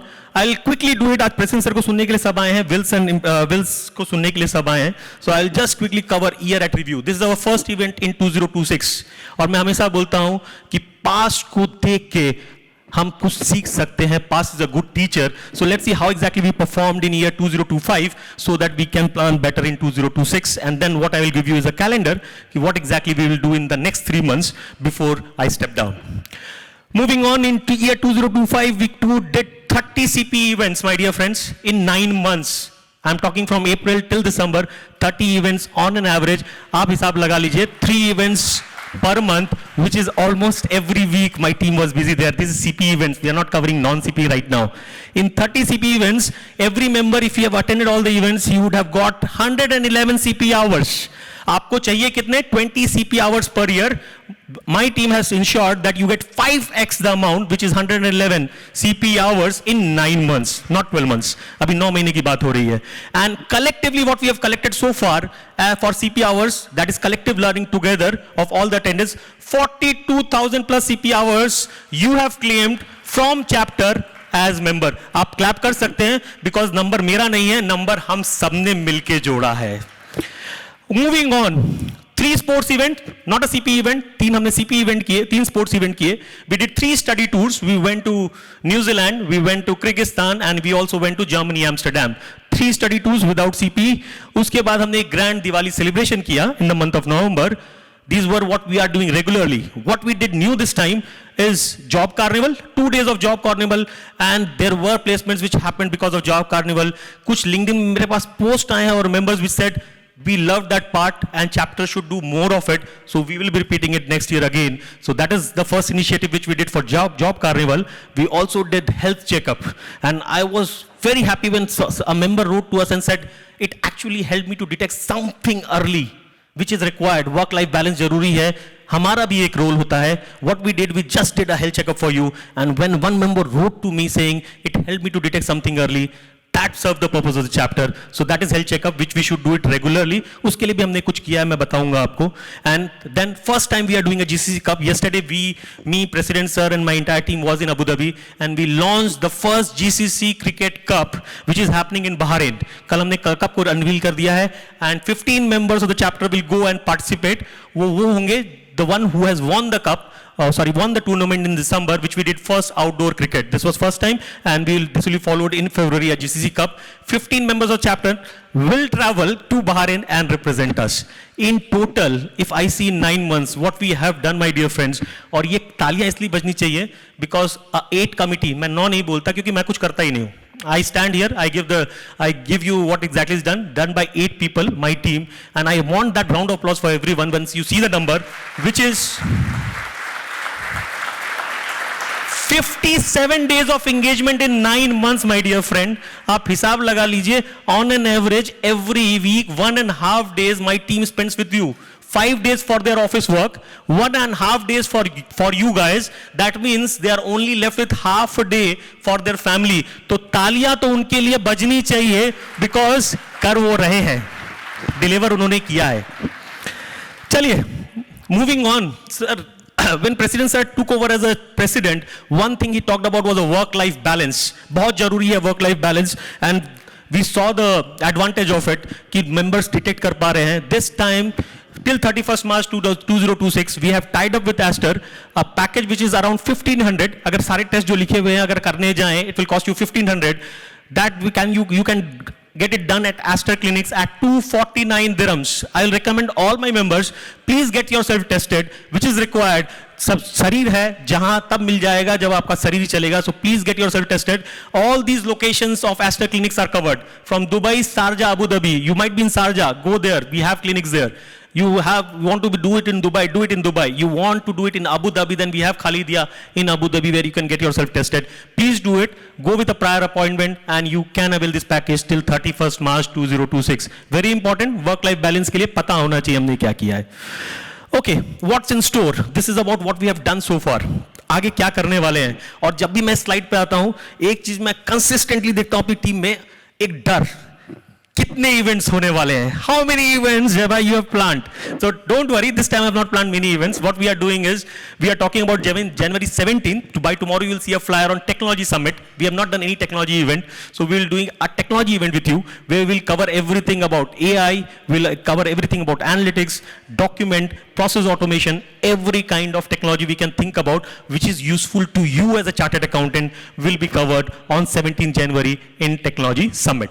This will be followed obviously because I said it's a WUFA. It's not ICI event, it's our event. All our members are invited there. So 30th January, 31st and 1st we will be in WUFA 2.0 in Noida, and we will try to collaborate together and take the destination forward. January only 2 events, one in Dubai, one obviously WUFA 2.0. February and March, what we have planned, we have not given the dates because we are still looking for hotels. Finding hotels in the month of February and March is little difficult because obviously of the good beautiful season, everyone is in Dubai and all the ballrooms are completely occupied. What we'll do something on Indian budget and NRI impact. We'll look at the budget. If there is an NRI impact which you want to understand what is there, then obviously we'll do one Indian budget 2026 and NRI impact on it. This will be followed with advanced pricing agreement and OECD updates. We are working with OECD. We are trying to get someone from OECD to come to our platform and talk about it. If that happens, we will have an update from OECD directly from horse's mouth along with advanced pricing agreement. The law is out. The FT has given us the guidelines. So we'll talk about what exactly you can do if you want an advanced rate card saying this is what the agreement of transfer pricing will be. So APA will be covering there. This will be followed by obviously all the heroes needs to be celebrated. We will do International Women's Day, and that will be the last event of this year. IWD, with this we'll close the year. Now let's go back to the event. Let's go back to the theme of today. Everyone is worried. One session is over. Everyone is worried about future. मेरा एक concern हमेशा रहता है, we always look at the future. We always want to grow, thinking about future. We want to be better than yesterday. Everyone wants more, more and more. But what we are missing here, हम क्या छूट रहा है, उसको मैंने 4 लाइनों में लिखा है सर. ये मैंने चुराई नहीं है. ये मैं सर की नहीं कोट कर रहा हूँ. ये मैंने लिखा था जब मैंने देखा we are only thinking about future. हाथ में सिर्फ सिक्के भरते जाओगे, हाथ में सिर्फ सिक्के भरते जाओगे, मुट्ठी बंद करते ही उनकी खनक जमीन में पाओगे. हाथ में सिर्फ सिक्के भरते जाओगे, मुट्ठी बंद करते ही उनकी खनक जमीन में पाओगे. न खुद का रहेगा न बच्चे पाएंगे, न खुद का रहेगा न बच्चे पाएंगे. जमीन पर गिरा है जनाब, जिसने उठाया उसके पॉकेट में जाएंगे, जिसने उठाया उसके पॉकेट में जाएंगे. Yes, saving is important. Yes, investment is important, but equally important is wealth protection and inheritance planning. Let's not forget to safeguard what we currently own in order to get more and more for future. When we form the fist, nothing should drop. When we form the fist, everything should be inside. It's our hard-earned wealth. It's our wealth which needs to be protected and spent as we want it, whether we are here or not. That is the only objective of this event. So today, if you want to take something home, take the thought that wealth protection is important. It should not get postponed. It should not be considered to be done when we are old, because life is uncertain and second chances are not given to all. Let's understand, plan and act. You already have heard one speaker. You have already learned something about it. You will also hear our President Sir Charan Sir about it, and then followed with Nirav Bhai. All our experts, they will give you something in life, and I assume that your perspective about wealth protection will change after the session. With this, I conclude. Let the event flow and let hear our President Sir in the next. Thank you very much. Thank you so much, Jay Bhai, for your this welcome address and sharing the calendar ahead, and as well as taking us back to the year we have spent so in a productive way. And you have beautifully set the directions for the today's discussions and reminded us that the responsibility we carry as a professional and as individuals is very, very important. And sir, Charan sir, this is the power of your presence, that our chairman is also become a very poetic, and we can feel that vibe, right? So sir, before I call you on the stage, just 2 more lines, because now everybody is going so poetic. तारीफ शब्दों से कर पाऊं, तारीफ शब्दों से कर पाऊं, मेरे पास वो अल्फाज नहीं. तारीफ शब्दों से कर पाऊं, मेरे पास वो अल्फाज नहीं. ICAI के चमकते सूरज हैं आप, ICAI के चमकते सूरज हैं आप, किसी परिचय के मोहताज नहीं. But still, to formally introduce him, I would now like to invite a colleague who has been a strong pillar of the ICAI Dubai chapter, someone known for his energy, commitment and connect with the members, none other than C.A. Rishi Chawla, the Vice Chairman of ICAI Dubai chapter.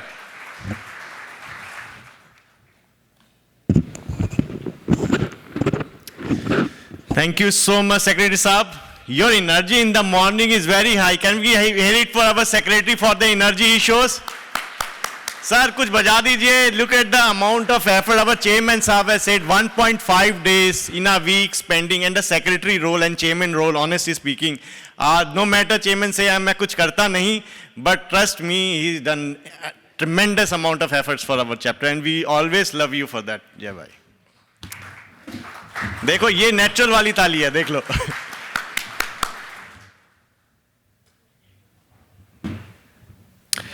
All right, good morning everyone, and wishing you a very happy new year.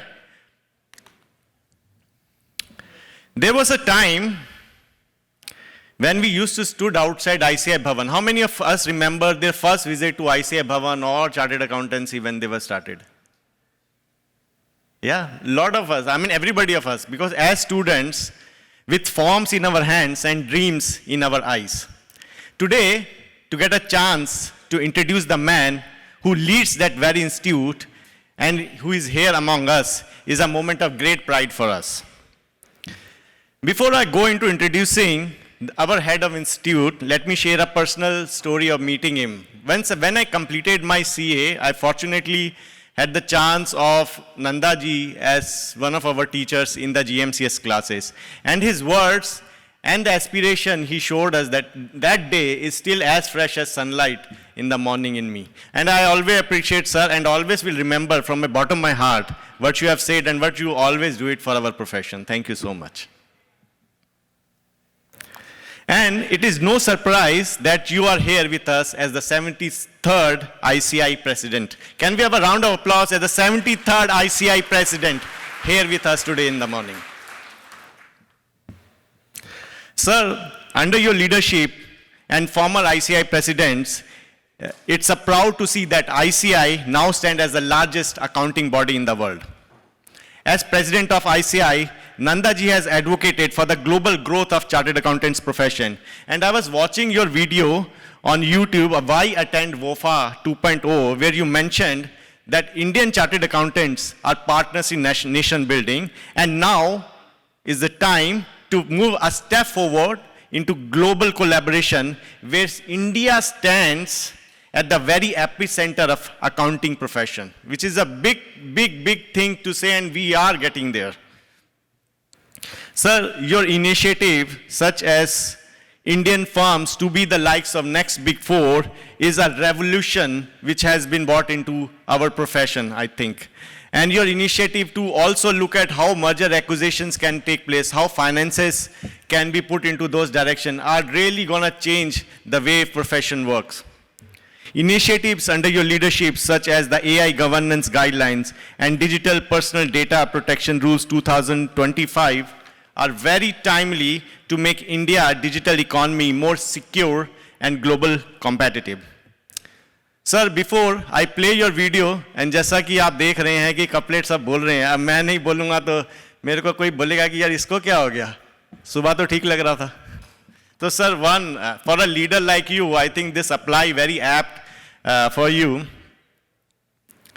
हम अकेले ही चले थे जानिबे मंजिल मगर, हम अकेले ही चले थे जानिबे मंजिल मगर, लोग साथ आते रहे और कारवा बनता रहा.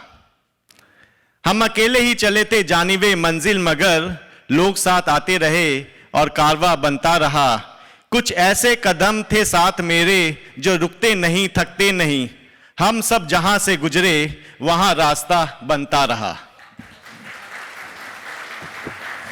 So with that, I request the technical team to please play the introductory videos.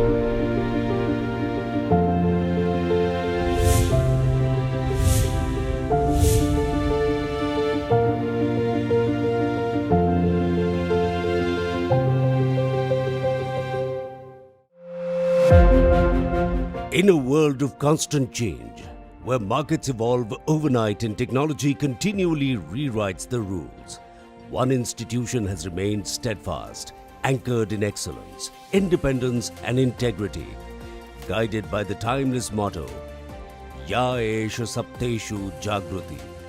The Institute of Chartered Accountants of India, ICAI, has been a consistent pillar of India's economic growth.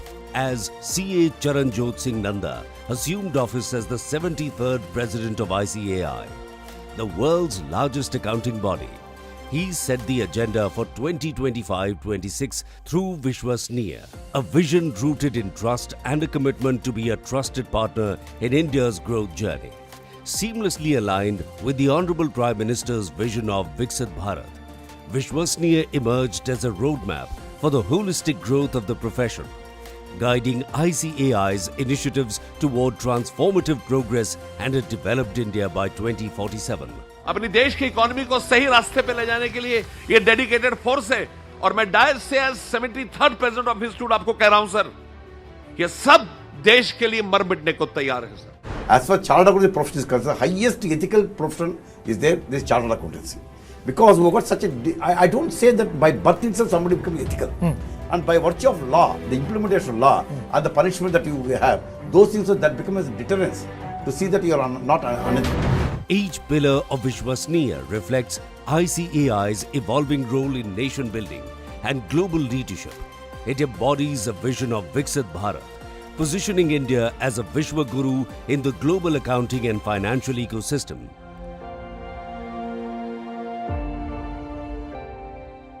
Reinforces integrity and ethics, where trust remains the cornerstone of finance.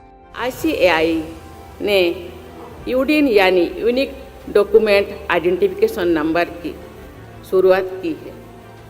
इसके जरिए chartered accounts के प्रमाण पत्रों का सत्यायन हो रहा है. व्यवसाय में प्रामाणिकता की बहुत आवश्यकता है. मुझे खुशी है कि आपकी यूडीएन के जरिए ये सार्थक प्रयास शुरू किया गया है. आपका सिग्नेचर सत्यता की, भरोसे की गवाही देता है. चार्टर्ड अकाउंटेंट्स देश के इकोनॉमिक सिस्टम के भरोसेमंद एम्बेसडर होते हैं. आप सरकार और टैक्स देने वाले नागरिकों और कंपनियों के बीच इंटरफेस का काम करते हैं. आपका सिग्नेचर देश के प्रधानमंत्री के सिग्नेचर की वो ताकत नहीं है जो ताकत एक चार्टर्ड अकाउंटेंट के सिग्नेचर की होती है. Integrates sustainability and social impact through initiatives focused on people, planet and profit, and promotes holistic professional and leadership development. Aligned with wellness and work-life balance, supported by nearly 9,000 CPE programs, Vishwasniya further accelerates digital transformation through strengthened AI and data analytics initiatives, deepens stakeholder engagement rooted in Jan Bhagidari.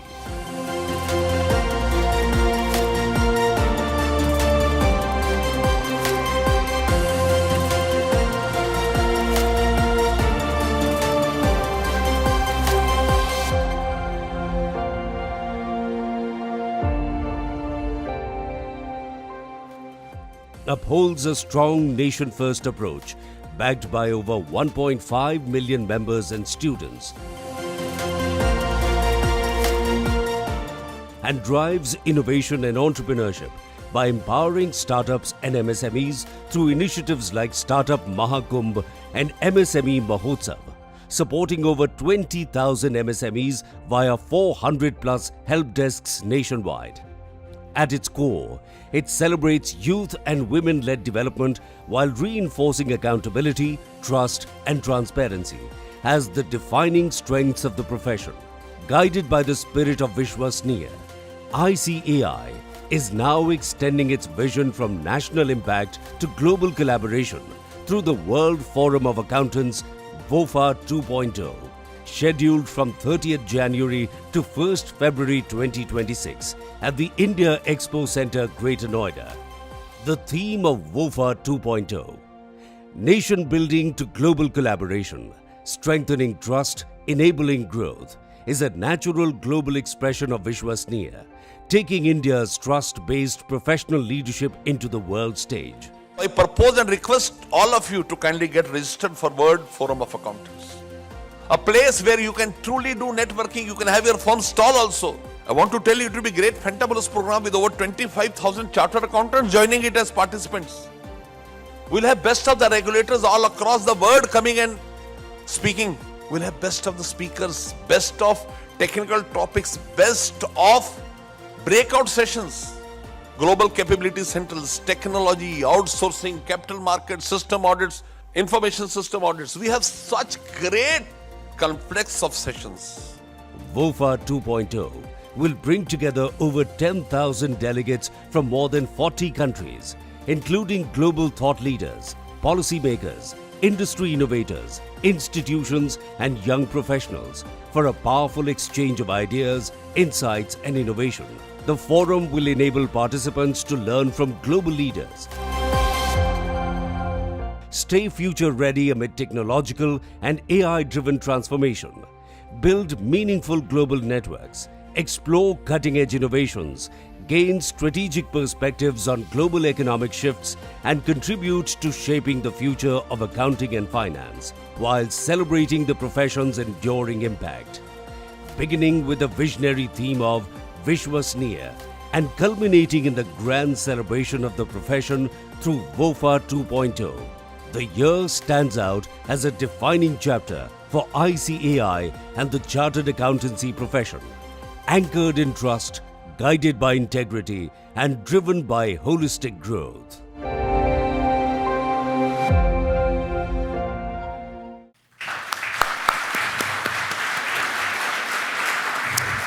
Sir, with heart full of gratitude, we request our President Sir to please join with us on the stage. Can we have a huge round of applause as President Sir walks onto the stage with us?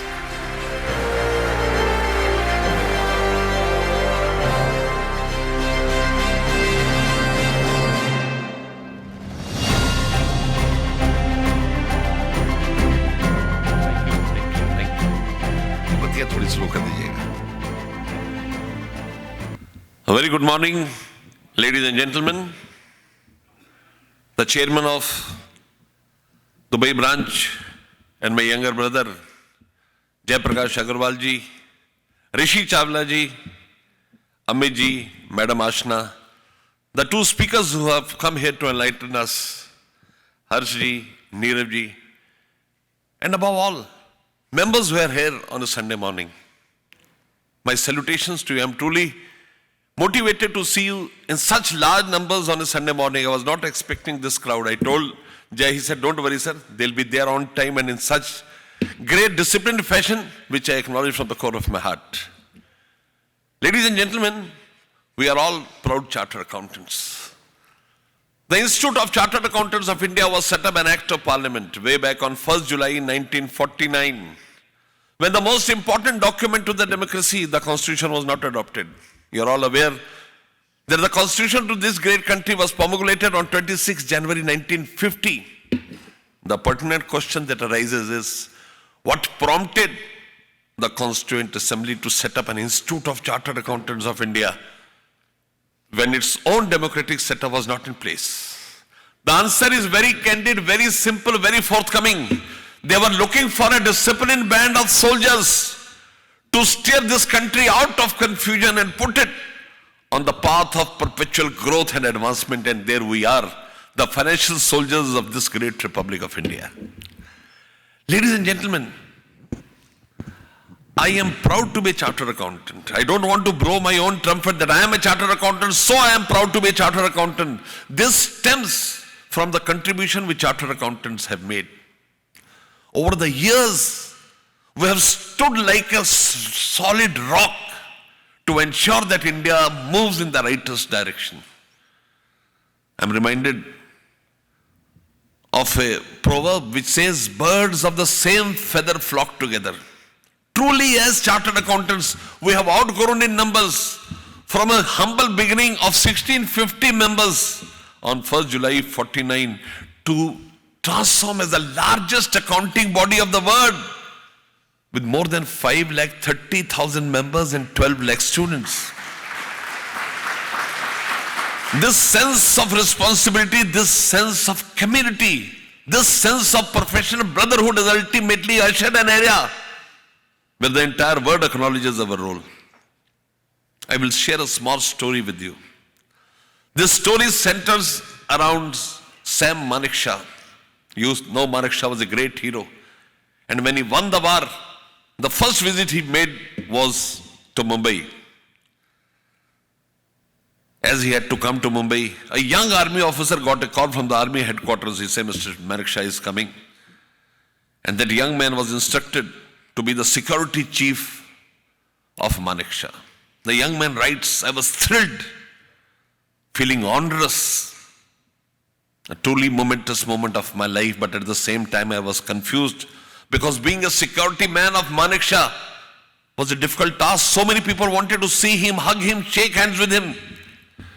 And the first program which was held in honor of Manekshaw was held in Mumbai, and the Parsi community hosted it. He said, my heart started beating loud when I entered the hall. There were close to 2,000 people, and everybody wanted to shake hands with him, touch the cheeks of Manekshaw. He said, my task was very difficult, stopping everybody, and in few minutes I grew rude. I did not allow anybody to come in. And in that period, when he was stopping people, a 6 feet tall man came and sat on the feet of Manekshaw, touched his hand. I very rudely asked him to get back. He said, don't worry, he is our son about Manekshaw and we'll take care of him. He said in such a subtle, such a nice, such a reassuring voice that the anger of this army officer went away. And when he looked around, he saw so many people, Radiyas, Vadiyas, all Parsis. And then his mind noticed that none from Tata had come. And when he put his head down to look at the man who was at the feet of Manekshaw, his tears started flowing. That man was none other than iconic Ratan Tata, who had come to show the respect of the country towards Manekshaw. This is the power of community. This is the power of the great thought process which we carry. कहते हैं ना कि भीगे हुए परों से परवाज करके देख. पर feather and परवाज means to fly. भीगे हुए परों से परवाज करके देख, अंजाम उसके हाथ है आगाज करके देख. Starting for something is very, very important. Starting to be a world leader, starting to create value and worth by our initiatives, and WOFA is the direction towards it. I'll give you certain experts when I cross through my discussion on WOFA. But before that, I will start with the initiative, international initiatives of ICI. I remember the day when I joined the council in 2004. Whenever we went to overseas destinations, meetings, we could clearly envisage that we are viewed upon as second-rung citizens. And how times have changed now.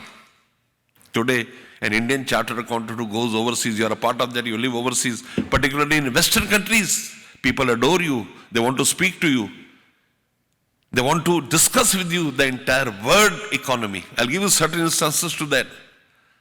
I went with Mr. Rajaraman, the chairman of IFSCI, to Australia, Sydney.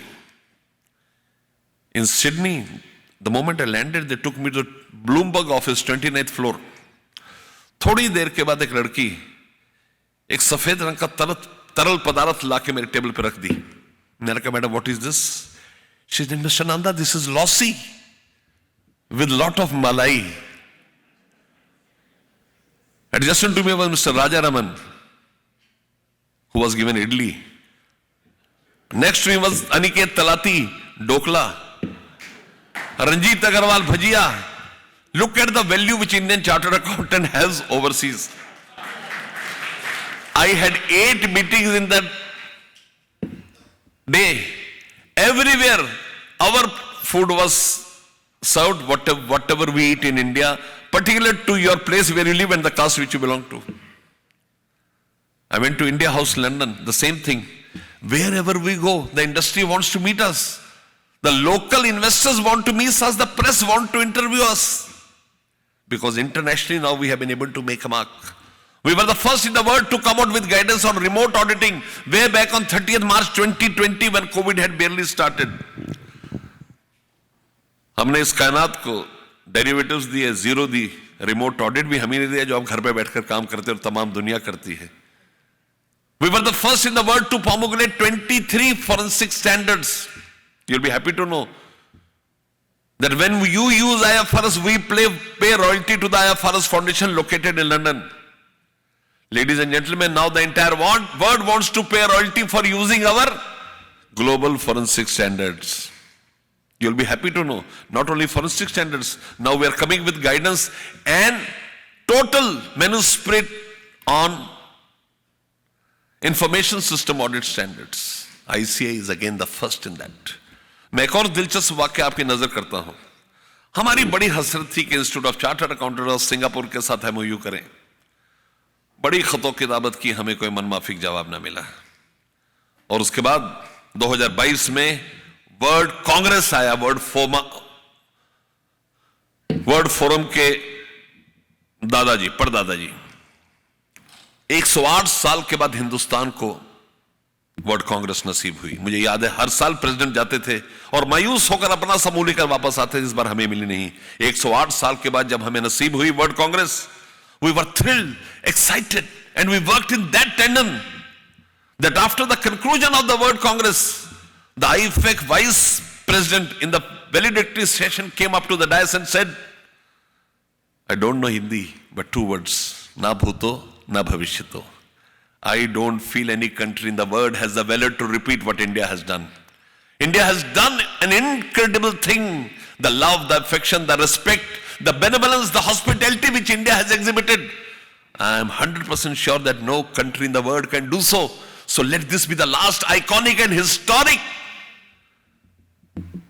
World Congress. I scrap World Congress and India shall be the last country to host the World Congress. उसी world Congress में president institute of chartered accountants of Singapore तशरीफ लाई. As was customary, our president requested him to visit our BKC building. Although reluctant, he agreed to it. But the moment he entered the building, he was taken aback. Oh my God, how beautiful, outrageous, great, marvelous, splendid, fantabulous building it is. Our president very humbly said, he said, sir, we have more than 130 such buildings in the country. He was offered a glass of water and chair to sit. He went back to Singapore and next day he wrote, I don't feel it is appropriate to have an MOU with the Institute of Chartered Accountants of India because MOU entails 2 parties, one a giver and a taker. I rather propose a unilateral announcement. And he proposed and announced on the behalf of the Institute of Chartered Accountants of Singapore. He said, any Indian chartered accountant who remains in Singapore for more than 6 months for reason whatsoever shall automatically assume the membership of the Institute of Chartered Accountants of Singapore by giving an application. देते ना थे जो जवाब उनके सलाम आने लगे. देते ना थे जो जवाब उनके सलाम आने लगे. वक्त बदला तो मेरे नीम के पेड़ पर आम आने लगे. The power of Indian chartered accountancy, the level, leave aside accounting, taxation, we are masters in technology, artificial intelligence. We have a committee, AI in ICAI. 1st July 2024, we instituted a course on artificial intelligence. Today, as I speak to you, more than 40,000 chartered accountants are certified AI practitioners. And leave aside artificial intelligence, we are masters in blockchains, masters in Internet of Things, data analytics, cyber security audits, information security audits. Look where we have reached. As the 73rd president of the institute, I am thrilled, I am elated, I am proud to address my large gathering here that we have scaled all barriers and today we are at the top. The level of indulgence which we have, the level people from the world want to do mutual recognition agreements with us. They are very keen to work on us on equitable models.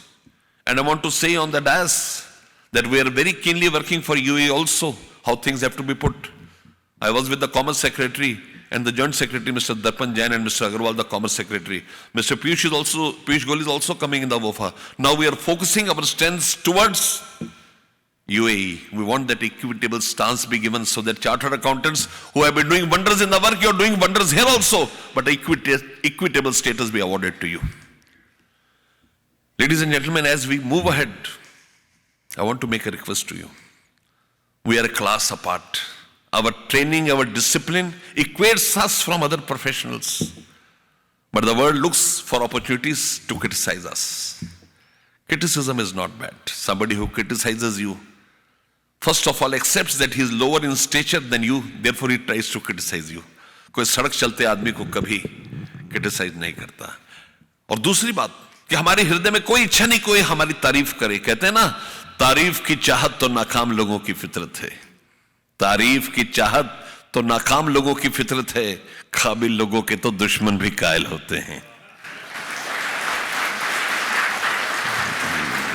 और मैं आप जैसी अजीम शख्सियतों से जो मुखातिब हूं, वो लोग जो तमाम चीजें छोड़कर यहां पर हाजिर हैं, कहते हैं ना, मंजिल मिल ही जाएगी थोड़ा भटककर ही सही. मंजिल मिल ही जाएगी थोड़ा भटककर ही सही. गुमराह तो वो है जो घरों से निकले ही नहीं. जो यहां इतनी तादाद में हाजिर हैं, they are leaders. But for that leaders, as a 73rd president of institute, I want to make you an ardent request. आपको मैं इल्तिजा करना चाहता हूं, अपील करना चाहता हूं, पुरजोर गुजारिश करना चाहता हूं, that spare nobody who wants to criticise us on unfounded basis. वो पत्ते नहीं हैं हम जो शाखों से टूट जाएं. वो पत्ते नहीं हैं हम जो शाखों से टूट जाएं. आंधियों को कहो औकात में रहें. Nobody has a right to criticize us. We are a class apart, and we have established this fact. For us, nation first. I'll give you some examples. APJ Abdul Kalam Sahab very rightly said, Indian chartered accountants are partners in nation building. We have graduated from there now. We are partners in global building. If you look at WOFA, the tagline is nation building, global collaborations. And it is truly so. And when it comes to India, we look never back. You know, C&AG, 58 साल के बाद CAG gave a memento to me and said, Mr. Nanda, we have received mementos. This is the first time we want to give a memento. And that from our heart to the institute, which is doing a wonderful job, a human's job. We do training for municipal accountants. We do training for Panchayati Raj accountants. We train all the officers of C&AG, the Supreme Audit Institute of the world. Please appreciate our working is now directed to make India strong. You would be aware that when Operation Sindoor had come, I was in Bhatinda, which is on border. The moment Operation Sindoor was announced, it was a blackout. I drove down from there to Chandigarh. Again, there was a blackout. So from there, I left for Delhi and gave a call to my secretary, Jay Batra. I said, Mr. Secretary, I am coming to Delhi in the next 4 hours. I would like to speak to my members and students. I went to the council hall to address them. 55,000 people were ready to listen to me online. And in 24 hours, that number swelled to 14 lakh members. 14 lakh members coming at the beck and call for the country is a great thing.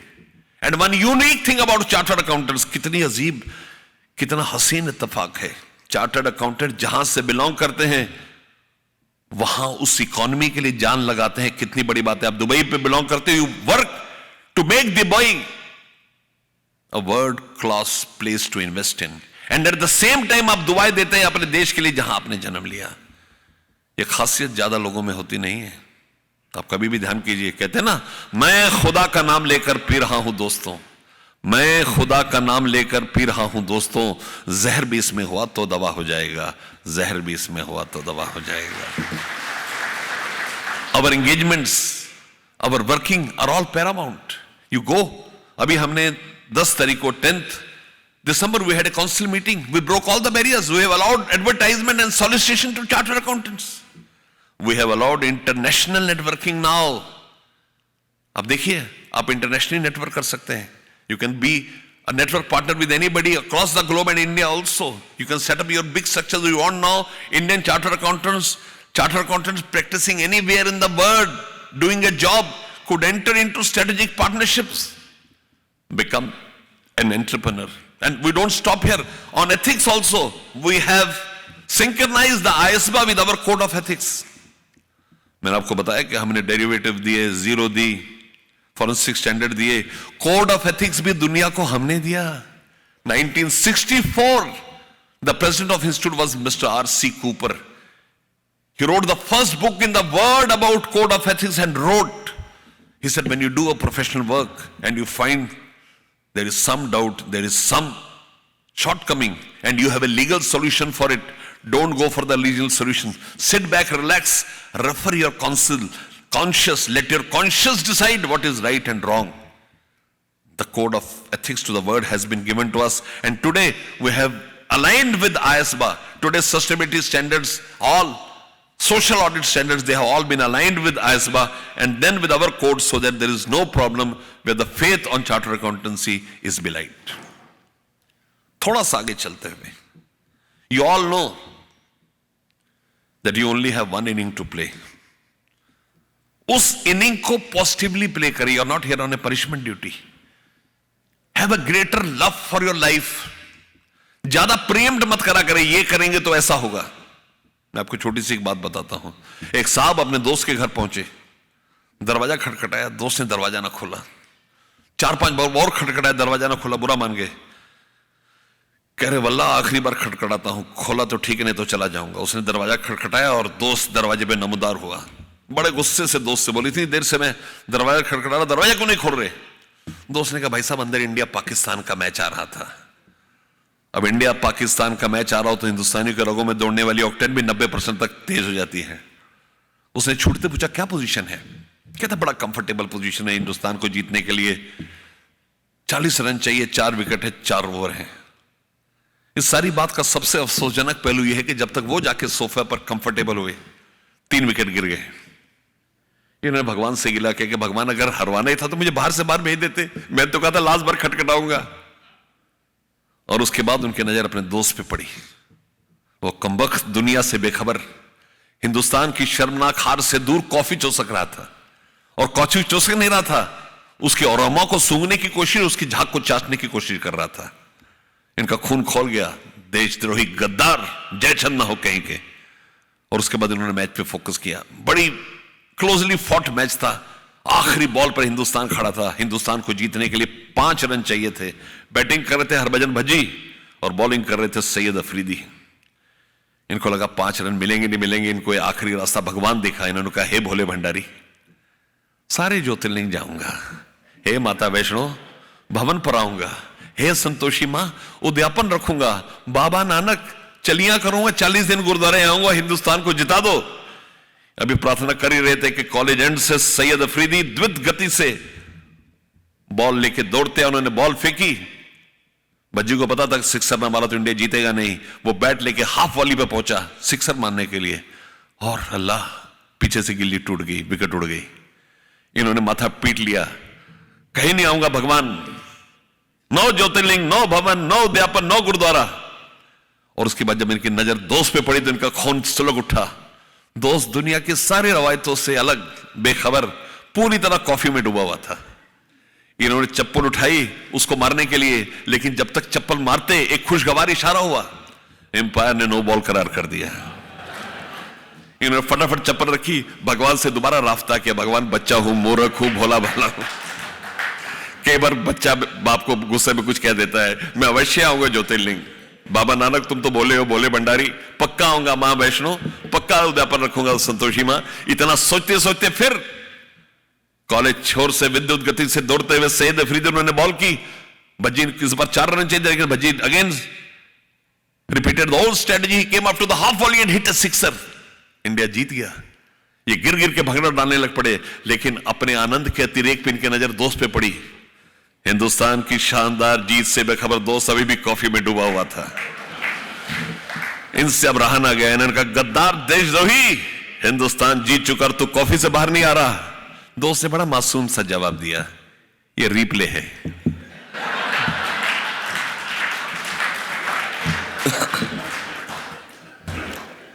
In your life, you don't get replaced. In your professional life, you don't get replaced. आप अपने आप को माफ करते, आपका client आपको माफ करता, सोसाइटी माफ करती, इंस्टीट्यूट कभी माफ नहीं करती. I am the presiding officer of 2 disciplinary committee benches. I know how we perceive when anything related to a chartered accountant comes. My clear message to you: if you want to grow high, keep ethics by your side. छोटा छोटा लालच आपको जिंदगी से भटकने को मजबूर करता है. और हमारा इंस्टीट्यूट के लेवल पर इतना बड़ा क्लेवर है कि हम पीछे मुड़ के कभी देखते नहीं. लोग हमें समझने की कोशिश करते, इतना आसान नहीं है. कहते हैं ना, क्या यूं ही चंद लम्हों में पढ़ लोगे मुझे? क्या यूं ही चंद लम्हों में पढ़ लोगे मुझे? मैंने खुद को लिखने में जिंदगी बिताई है. आगे चलते हुए हम राधा कृष्णन साहब जो हिंदुस्तान के पास प्रेसिडेंट है, उनसे थोड़ा सा मैटर क्लू करेंगे. He very rightly said that fly as high as you intend to fly, but keep your feet deeply embedded in the earth below. जमीन के साथ जुड़े रहें. कहते हैं ना, आसमां पे किसी के ठिकाने नहीं होते. आसमां पे किसी के ठिकाने नहीं होते, जो जमीन के नहीं होते वो कहीं के नहीं होते. If you want to grow to unprecedented heights, you have to remain glued to the earth below. Your dreams can be as high, but ethics, your technical impetus, knowledge, and more importantly, your discipline and willingness to serve will ultimately assure the choicest blessing which the Almighty wants to put upon you. My dear friends, I become emotional when I see these lines because over my life I have seen people coming from very humble backgrounds grow to the highest pedestals of success. ये profession किसी की बपौती नहीं है. आप में से जो चाहे दुनिया की सबसे बड़ी फर्म बना सकता है. आप में से जो चाहे इस प्रेसिडेंट के पद पर आ सकता है, काउंसिल मेंबर बन सकता है, आपके चैप्टर के चेयरमैन बन सकता है. आप में जलवा, हिम्मत और ताकत होनी चाहिए. आपको रास्ते ढूंढने पड़ेंगे तरक्की करने के लिए. कहते हैं ना, ढूंढोगे घर तो ही रास्ते मिलेंगे. ढूंढोगे घर तो ही रास्ते मिलेंगे. मंजिलों की फितरत है, खुद चलकर नहीं आती. आपको ढूंढकर अपना मुस्तकबिल बेहतर करना है. वो मुस्तकबिल आपको बताएगा कैसे आपने आगे जाना है. थोड़ा सा मैं आज के टॉपिक के बारे में बोलना चाहूंगा बिफोर आई से good by two you. Today's topic very much speaks about how you earn your wealth and save your wealth. 2 of the speakers have told you how to save the wealth and you have earned lot of wealth. लेकिन wealth बनाने के 5 तरीके आपको छोटे छोटे बताऊंगा. पहला important तरीका, जिंदगी में बहाव में मत भरा करें. एक आदमी की पहचान होती है कितनी शिद्दत से वो क्या काम करता है. अपनी कम्युनिटी के लिए हमेशा आशावंत रहें, हमेशा पॉजिटिव रहें. आपने महाभारत पढ़ी होगी. महाभारत के अंदर एक बार पांडवों को अज्ञातवास होता है. युधिष्ठिर मर्यादा पुरुष जिनकी सारी दुनिया कसमें खाती थी, वहां राजा के कंक बने. कंक कौन है? जो जुआ खेलना सिखाता है, जो पासे खेलना सिखाता है. सबसे खूबसूरत नारी द्रौपदी रानी की दासी बनी. जो सदा खाने के शौकीन थे, भीम वो रसोइया बने. वल्लभ और जो पौरुष का प्रतीक थे अर्जुन, वो हिजड़े बने. देखिए ये क्यों था? क्या वो अपने लिए बने? They all did everything for the community, for their family, for the Pandavas as one. मेरी आपसे गुजारिश है, जब आप ग्रो करना चाहते हैं, you can only grow as a team. You can't grow individually. And when you meant to make money, you can make money only by the vision and the discipline which you carry. So if you want to create wealth, discipline is very important. हमारे साथ बहुत सारे लोग market में invest करते हैं. जब भी आप कुछ अच्छा काम करेंगे, लोग आपको डिसवेट करेंगे. लोग कहते हैं ना कि स्टॉक मार्केट में लखपति बनना बड़ा आसान है, प्रोवाइडेड आप पहले से करोड़पति हो.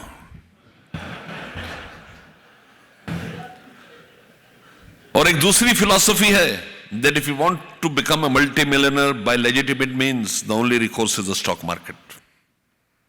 You have to be an investor, whether you invest in equities, whether you invest in mutual funds, whether you invest in bullions, whether you invest in oil, commodities. As chartered accountants, we have allowed chartered accountants to indulge in derivatives and currency derivatives, but not commodity derivatives. So इसके 5 point बताऊंगा stock market के लिए. पहला important point, be disciplined. Do not put all your eggs in one basket. Hindustani नस्ल की सबसे बड़ी खामी यह है कि वो उसी को निपटाता है जो उससे सबसे ज्यादा प्यार करता है, चाहे वो धृतराष्ट्र हो, चाहे मुलायम सिंह यादव। जिंदगी में कभी अपने सारे अंडे एक बास्केट में ना रखें, एक झटके से सब टूट जाते हैं। You may like certain sectors but don't get involved in certain sectors. The best way of investing, there are 4 steps to this. Number 1, identify a stock and let it be A class stock only. A group के stock होते हैं ना, I'm speaking about Indian markets, A group stocks. A group stocks के अंदर ऊपर नीचे तो हो सकती है, लेकिन उसमें स्कैम होने के बहुत कम चांसेस होते हैं। मेरी भी स्टॉक मार्केट की जिंदगी 35-40 साल की हो गई है। मैंने 2 ही चीजें देखे थे, ऑर्चिड और सत्यम। उसके अलावा कभी वहां पर कोई मेजर स्कैम निकला नहीं, बिकॉज रेगुलेटर से भी उसको बड़ी शिद्दत से उसके ऊपर नजर रखता है। Identify a stock, determine a date when you want to buy. अक्सर जो चीज आपका दिल कहता है बाजार के लिए, वो उल्टी होती है। जब आपको लगता है बाजार खत्म होने वाला है, तभी बाजार चलता है। अब थिंक ऑफ द कोविड, दुनिया खत्म हो जाएगी, आपके दुबई के मुस्तकबिल का उदय ही कोविड में हुआ, स्टॉक मार्केट का उदय भी कोविड में हुआ, अगर आपने देखा हो तो। I purchase certain share sitting in a park. मैं पार्क में बैठता था, ऑफिस बंद होता था पूरा दिन।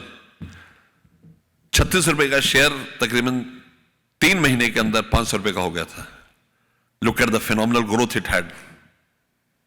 सो first thing, identify stock, identify date को चेंज मत करें। जब आप सोचते हैं बाजार नीचे, बाजार वहीं से ऊपर होता है, और जब आप समझते हैं बहुत ऊंचा है, ऊपर है, वहीं से नीचे जाता है। Third, a sum which you have to put in. It can be 10,000, 50,000, 5 lakh rupees a month. And fourth, very importantly, don't get attuned to a share. You have to buy a different share every time, suiting the amount of money which you want to invest. मैं इतना कह सकता हूं कि जब आप retire होंगे, दुनिया जहां की आपकी जो इनकम होगी उससे 100 गुना ज्यादा इनकम आपको यहां से होगी। मैं आपको एक छोटा सा एग्जांपल बताता हूं जिसने मुझे इसकी तरफ प्रेरित किया। I belong to a place called Yamunanagar in Haryana. As a child, I used to visit Mr. बसंत सिंह एक टिम्बर मर्चेंट थे, और यमुनानगर के पास एक जमुना गली जहां सारे बड़े बड़े टिम्बर मर्चेंट रहते थे। As a child we used to go to him because बड़े आदमी खाने में बहुत चीजें खिलाते थे, हमें चॉकलेट भी देते थे, पैसे भी देते थे, बच्चों को क्या चाहिए। फिर धीरे धीरे मुझे पता चला कि वो मुफलसी की ओर चल पड़े, उनके पैसे डूब गए। और एक दिन मैं चेयरमैन था रीजनल काउंसिल का, 2003 के जनवरी के अंदर मुझे खबर आई कि बसंत सिंह नहीं रहे। As a matter of my respect to him, मैं उनके भोग पर गया, जिसको आप क्रिया कहते हैं। 4 बजे क्रिया खत्म हुई, बाहर निकल रहा था तो उनके बड़े बेटे ने मुझसे कहा कि नंदा साहब एक रिक्वेस्ट है, थोड़ा बंटवारा कर दें। जब उसने बंटवारा शब्द कहा तो मैंने ओवरहर्ड किया किसी को कहते हुए कि बुजुर्ग दवाई के अभाव से मरे हैं और ये बंटवारे की बात कर रहे हैं। बहरहाल मुझे अंदर उनके कमरे में ले जाया गया। आप देखते थे मिलिट्री के ट्रंक होते, जो लोग पाकिस्तान से आए हैं, जो पंजाबी यहां बैठे हुए, सिंधी बैठे हुए, वो एक ट्रंक लेके आए थे। वो ट्रंक को उन्होंने चेन से बांधा था, उसको खोला गया। ट्रंक के अंदर बेशुमार शेयर थे, और एक लैंग्वेज होती है लंडे, जिसके अंदर के अकाउंटिंग होती है। लंडे एक्सपर्ट कोई नहीं था, हमने वहां से 20 किलोमीटर के लंडे एक्सपर्ट को बुलाया। 8 बजे लंडे एक्सपर्ट आया। दिल थाम के सुनिए, 2003 जनवरी में उनकी शेयरों की कीमत थी 144 करोड़ रुपए। देन आई स्टार्टेड लुकिंग, मैंने लंडे से पूछा तो सिर्फ उनकी इन्वेस्टमेंट थी 1900 रुपए, 1900 rupees. He got share worth 144 crores and dividend worth 1 crore 90 lakh rupees। अगर वो शेयर आज होंगे तो कम से कम 12,000 करोड़ के होंगे, अगर वो शेयर आज पड़े हो तो उनकी फैमिली में। और उन्होंने कैसे किया, आपने देखा 7C के अंदर डीड होती है, तो deed you also have to sign and the person who is the beneficiary also have to sign. He signed that the beneficiary divided his entire wealth amongst his successors, inheritors, and sign the deed and kept it there. Small investments lead to big returns। अंग्रेजी में कहावत है ना, difficult roads lead to beautiful destinations। कभी आपने देखा है, आप हिल स्टेशन पे जाते हैं, रास्ते घुमावदार होते हैं, लेकिन कितनी बेनजीर खूबसूरत दिलकश नजारे होते हैं। जिंदगी का ये असूल है। Be disciplined. Number 2, don't run. एक चीज का एक समय होता है। Don't borrow and invest. People want to borrow, invest and make lot of money। जब बैक किक लगती है सब खत्म हो जाता है। तीसरा important thing, we are all chartered accountants, we have that different instinct, sense of investing and doing technical analysis। Please do that। Before investing, don't ask for tips. Do your own research, maybe on 2, 3, 4 stocks and create value. The fourth important thing, don't be carried away by news. News आपको बरगलाने के लिए plant की जाती है. हमेशा आप देखते को न्यूज आती है. आपको पता है धीरू भाई अंबानी अगर किसी के पास रिलायंस के शेयर हो, धीरू भाई अंबानी हार्ट अटैक के बाद लीलावती हॉस्पिटल पहुंचे, रिलायंस 8% ढुलक गया, आईसीयू ले गए, रिलायंस 6% और ढुलक गया. 3 दिन आईसीयू में रहे, हर रोज रिलायंस 3% गिरता रहा. और जब खबर आई धीरू भाई इस फानी दुनिया से कूच कर गए, रिलायंस 24% ऊपर हो गया और अगर 1 महीने के अंदर ऑल टाइम हाई पर आ गया. किसी ने वॉरेन बफेट से पूछा, how do you look at markets, how do you preempt them? He said, I am sorry, I don't preempt markets because markets typically behave like wives. आपकी बीवी की किस खबर पर क्या रिएक्शन आप कभी सोच नहीं सकते. कभी भी सोच लीजिए. अब बीवी के लिए गिफ्ट लेके जाओ, कहते क्या लेकर आए, क्या कलर है इसका, इतनी महंगी, इससे सस्ता तो मीना बाजार में मिलता है. Very clearly you to understand market is a similar thing. अगर बजट अभी आने वाला है 1 फरवरी को, 1 या 2 को आएगा, अभी डिसीजन चल रहा है. You get the copy of the budget today, you can't decide where the market will go. Market moves on equilibrium of demand and supply. Where it moves, you don't know. And last thing for the market, very importantly, is to have the faith that you will move on in life. इंसान के पास सब कुछ होता, faith नहीं होता. आप पूजा भी करते हो रोज सुबह उठ के ना. जब आप पूजा करनी शुरू करते हो, तमाम दुनिया की उल्टी सीधी बातें आपके दिमाग में आती है. कभी भी सोचना, जब आप पूजा के ऊपर फोकस करोगे, उससे पैसे लेने थे, ऋषि तुमने मुझे बुके नहीं दिया, मैं यहां पर आया था.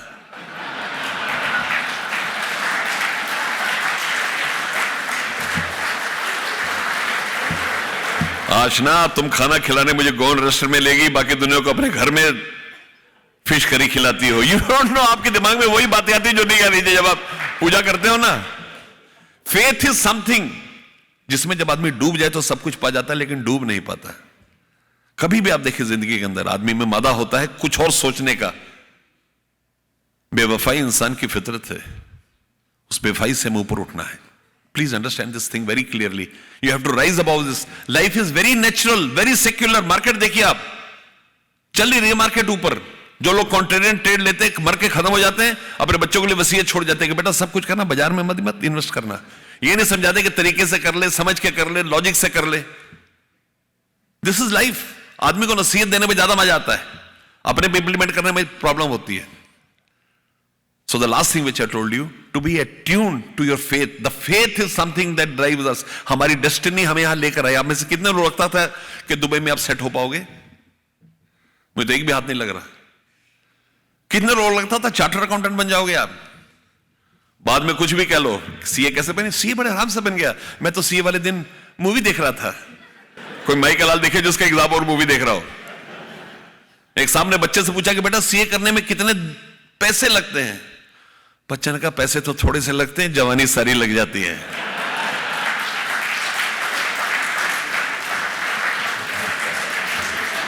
आप में से बहुत सारे लोग बॉम्बे से हैं. बॉम्बे अगर आप चर्च गेट पे जाएं तो वहां पे लिखा है गॉड नेवर फेल्स. हमारे किसी भाईबंद ने लिख दिया है, then let him try C exams. So my dear friends, all good things in life have to come. हमारा कंक्लूजन आने वाला है. 2 बातें कह के कंक्लूड करूंगा. The last thing, again on money. You have lot of money. The day I became the president, 12th February 2025, I announced a committee on promoting work-life balance. हमारे पास पैसा अकूत मात्रा में, बहुत रुपए हैं आपके पास, समय नहीं है. और कितनी बेइंसाफी है कि जब आपके पास समय कम होता है तो सबसे बड़ी कटौती आपकी फैमिली के साथ होती है ना. मां, बाप, बच्चे, स्पाउसेस, दोस्त, सब उस कैटेगरी में होते हैं. रात में इनके साथ मुझे आइसक्रीम पार्लर में ले गए आपके चेयरमैन साहब और मैडम आशना. हम अभी मैं घुसा तो एक बंदा मेरे गले लग गया, कहता नंदा साहब, do you remember me? Actually मेरी याददाश्त बड़ी तेज है, लेकिन आजकल नींद पूरी नहीं होती. I have to travel so much. पीछे 4-5 दिन से मैं 2-3 दिन, कल मैं फिर भी 5 घंटे सोया. कहता आप पहचानोगे नहीं, हम 34 साल पहले मिले थे, मेरा नाम एल राजन है. उसका बेटा और दामाद दोनों सीए थे। And I can't tell you how happy I felt. जब हम गाड़ी में बैठे तो चेयरमैन साहब ने नंबर लिया था, हमारे क्लोज फ्रेंड है, हम तीनों ने उसके बाद वहां पर गुफ्तगू की ऑन द कॉल। तो मैं आपको बताना चाहता हूं कि आपका दिल अपने फैमिली के पास जाने को ललचता है, लेकिन आप उसको रोकते हो। प्लीज मत रोकें। जिंदगी बड़ी बेरहम है, कुछ पता नहीं उनके साथ कुछ हो जाए, आपके साथ कुछ हो जाए। वो लम्हे जिंदगी का सबसे खूबसूरत, सबसे बेहतरीन लम्हे होते हैं। और मां से बढ़िया चीज इस दुनिया में कोई नहीं। मैं आज इस डाइस पे आपके सामने मुखातिब हूं। मैंने कभी पढ़ाई नहीं की, मैं हमेशा मेरिट में था। I was throughout merit in CA also and in my college also. I never studied. It is only blessings of my parents. मैंने एक चीज सीखी थी बचपन में, अपनी माँ बाप की किसी बात को ना कहना। I live with my father who is 88 years of old. वो जो कहते हैं मेरे लिए वो देववाणी है, मैंने कभी क्वेश्चन ही नहीं किया। Whatever your parents say, immediately accept it without a condition. Logic मत लगाएं। जिन प्रेम किया तिन ही प्रभ पाया। प्रेम में सब कुछ प्राप्ति है, लॉजिक में थोड़ा ना क्वेश्चन का ये करूं, ये नहीं करूंगा, ऐसा करूंगा, वैसा करूंगा। I am unfortunate that I lost my mother when I was in the regional council, 23rd January 2003. I live with my father who is 88 years of old age. मैं पहले मां की बात करता हूं। मां से बेनजीर चीज, मां से खूबसूरत चीज इस कायनात में कोई नहीं। आपकी उम्र 100 साल हो जाए, आप जिंदगी में जब वापस मुड़ के देखते हो तो मां से बढ़कर कुछ नहीं। Think of your mother. कहते ना, अगर मेरी तकदीर लिखने का हक मेरी मां के पास होता, अगर मेरी तकदीर लिखने का हक मेरी मां के पास होता, तो यकीनन मेरी जिंदगी में कोई दुश्वारी ना होती। याद करें बचपन में आप कितनी शरारतें करते थे। आपकी मां हमेशा आपको महफूज रखती थी, कोई बद्दुआ नहीं देती थी। मां वो खाती है जो कोई नहीं खाता। अगर अच्छी चीज कोई बन जाए ना, खीर पसंद है तो फैमिली खाएगी, जिस दाल में नमक ज्यादा वो मां खाएगी। और मां की एक और खासियत होती है, वो कभी आपकी तरक्की में शामिल नहीं होना चाहती। आप सबकी माएं हैं, आप यहां रहते हैं, आपके कितने दोस्त, रिश्तेदार, कितने दूर के रिश्तेदार आते होंगे आपके पास। आप अपनी मां को लें, अलग बात है, वो कभी नहीं चाहेगी आपके पास आना। मां को इस बात से सुकून है कि मेरा बच्चा खुश है, जहां भी है तरक्की में। बस कितनी बड़ी चीज भगवान ने दी है इस कायनात में। अगर मां ना होती तो बच्चा ना होता। हम गलत बयानी करते कि हम 5 लाख चार्टर अकाउंटेंट हैं। हम 5 लाख माओं की मेहनत, मशक्कतों और दुआओं का नतीजा है कि हम चार्टर अकाउंटेंट बनकर यहां बैठे हैं।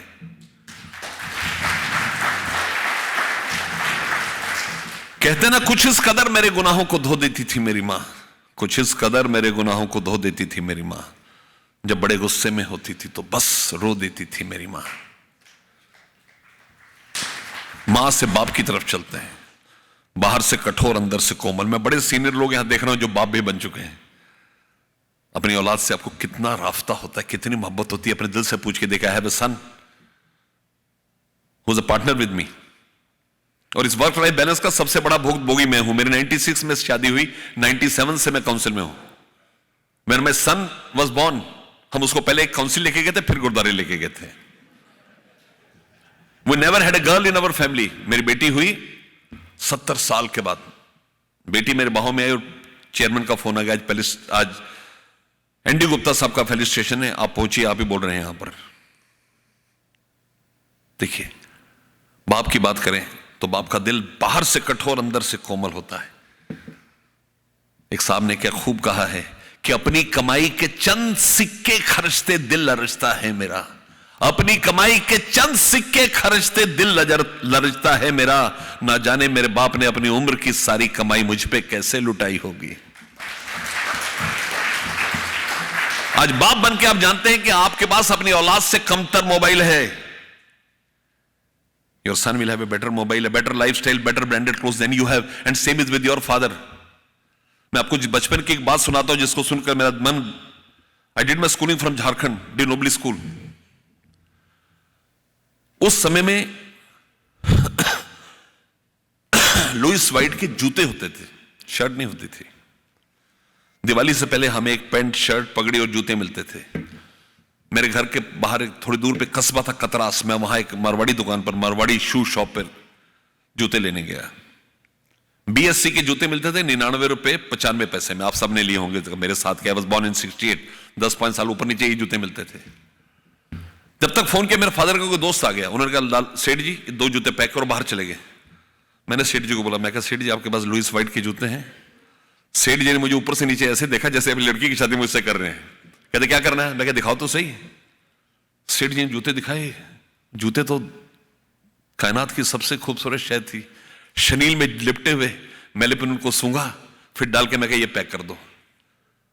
बोलते छोकरे अपने बाप से पूछ। मैं कहा परो तो सही पैक।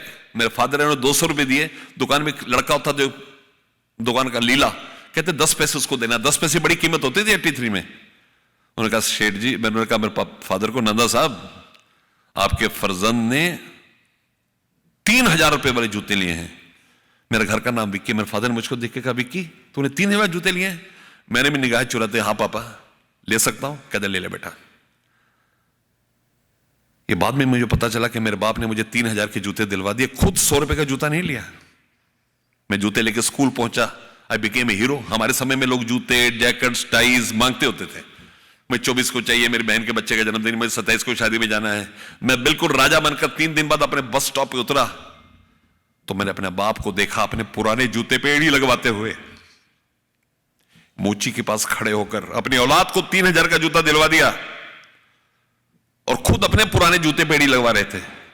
वो जूते आज भी मेरे पास है। पहनने की हिम्मत तो मेरी क्या होगी, 100 साल बाद में नहीं हो सकती।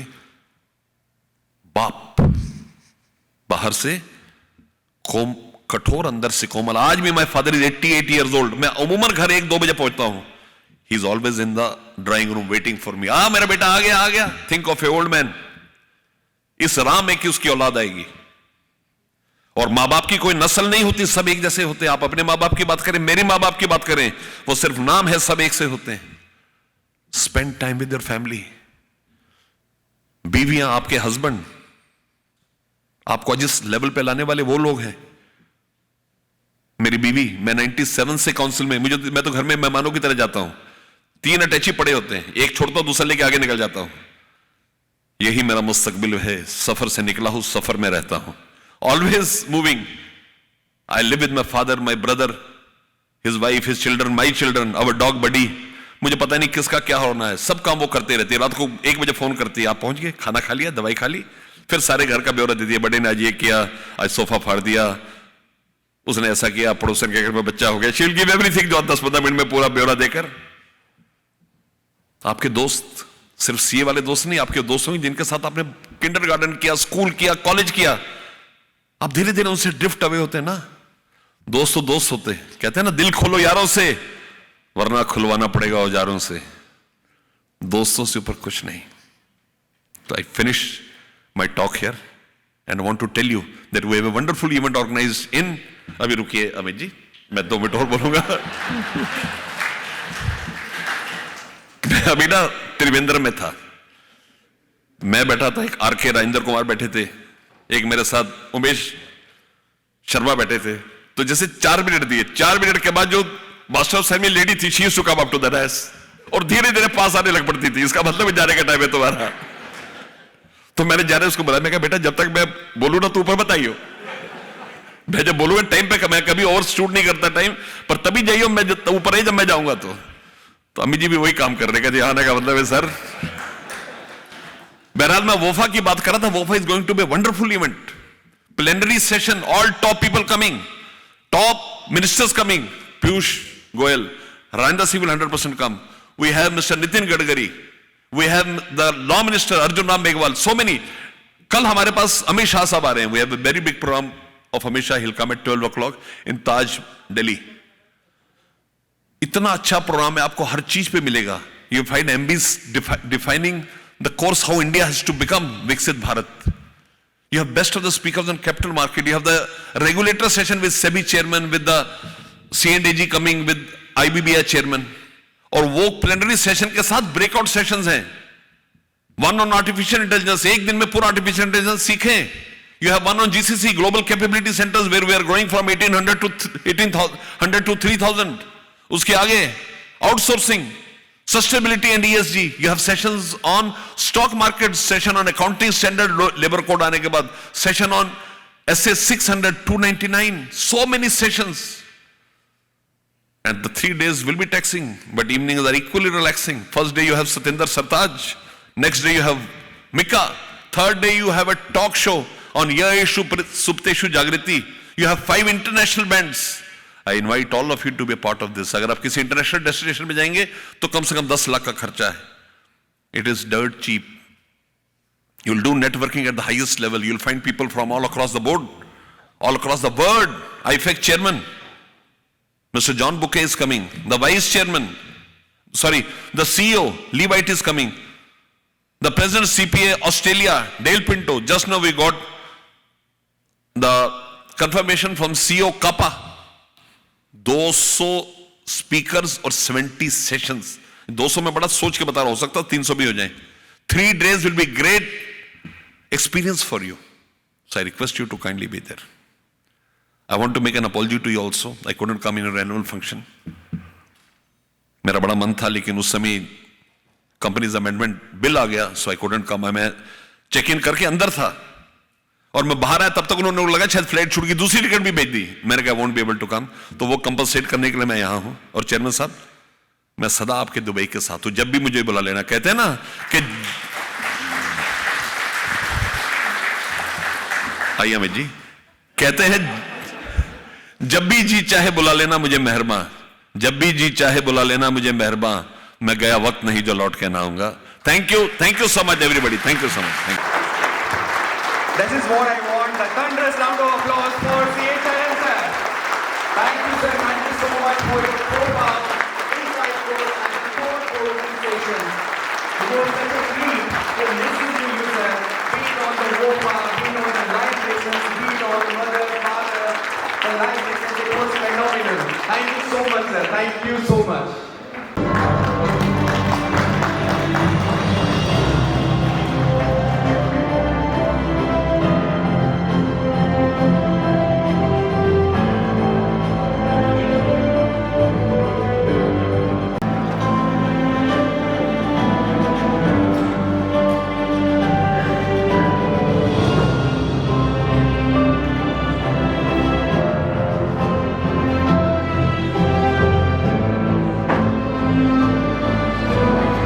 शब्दों का वजन तो बोलने के अंदाज और भावों से पता चलता है.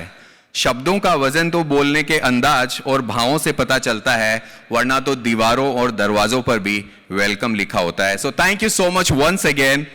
And friends, now we move to the next station of the day, which will further deepen our understanding of the wealth structuring and inheritance planning from a practical perspective.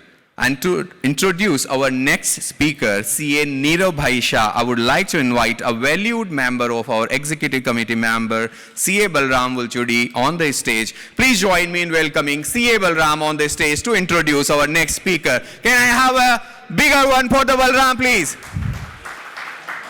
Sir, इस ताली में मजा नहीं है. To welcome the Balram, if you want me to say a few more lines, then I can. मैं कुछ लिख के लाया हूँ और ये पर्टिकुलरली आप लोगों के लिए, बिकॉज तालियां मुझे सुनाई नहीं दी.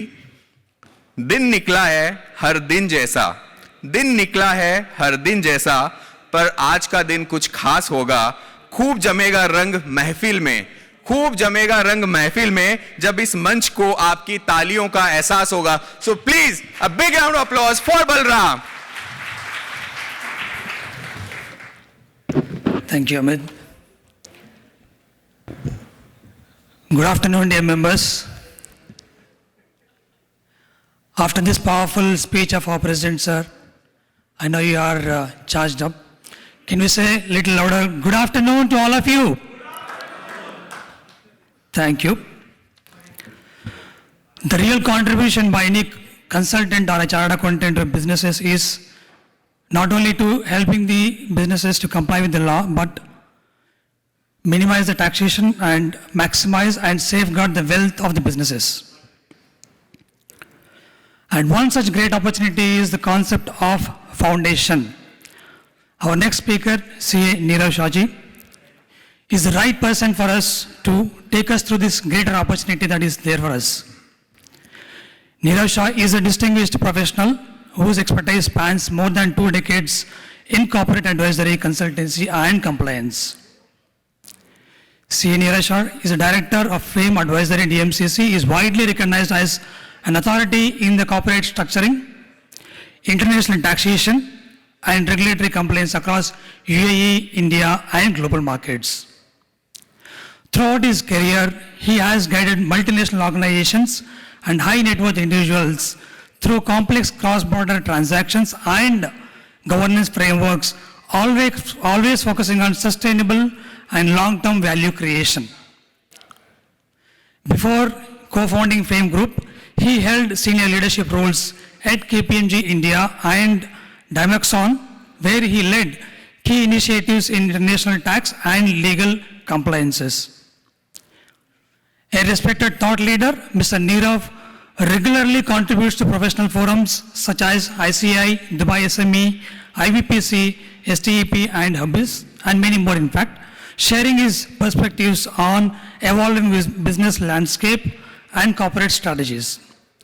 He also authored books on UAE corporate tax and transfer pricing published by Taxman. Dear friends, he is tax guru and he is authority on taxes. I request you all to put your hands together to welcome CA Nirav Shah onto the stage.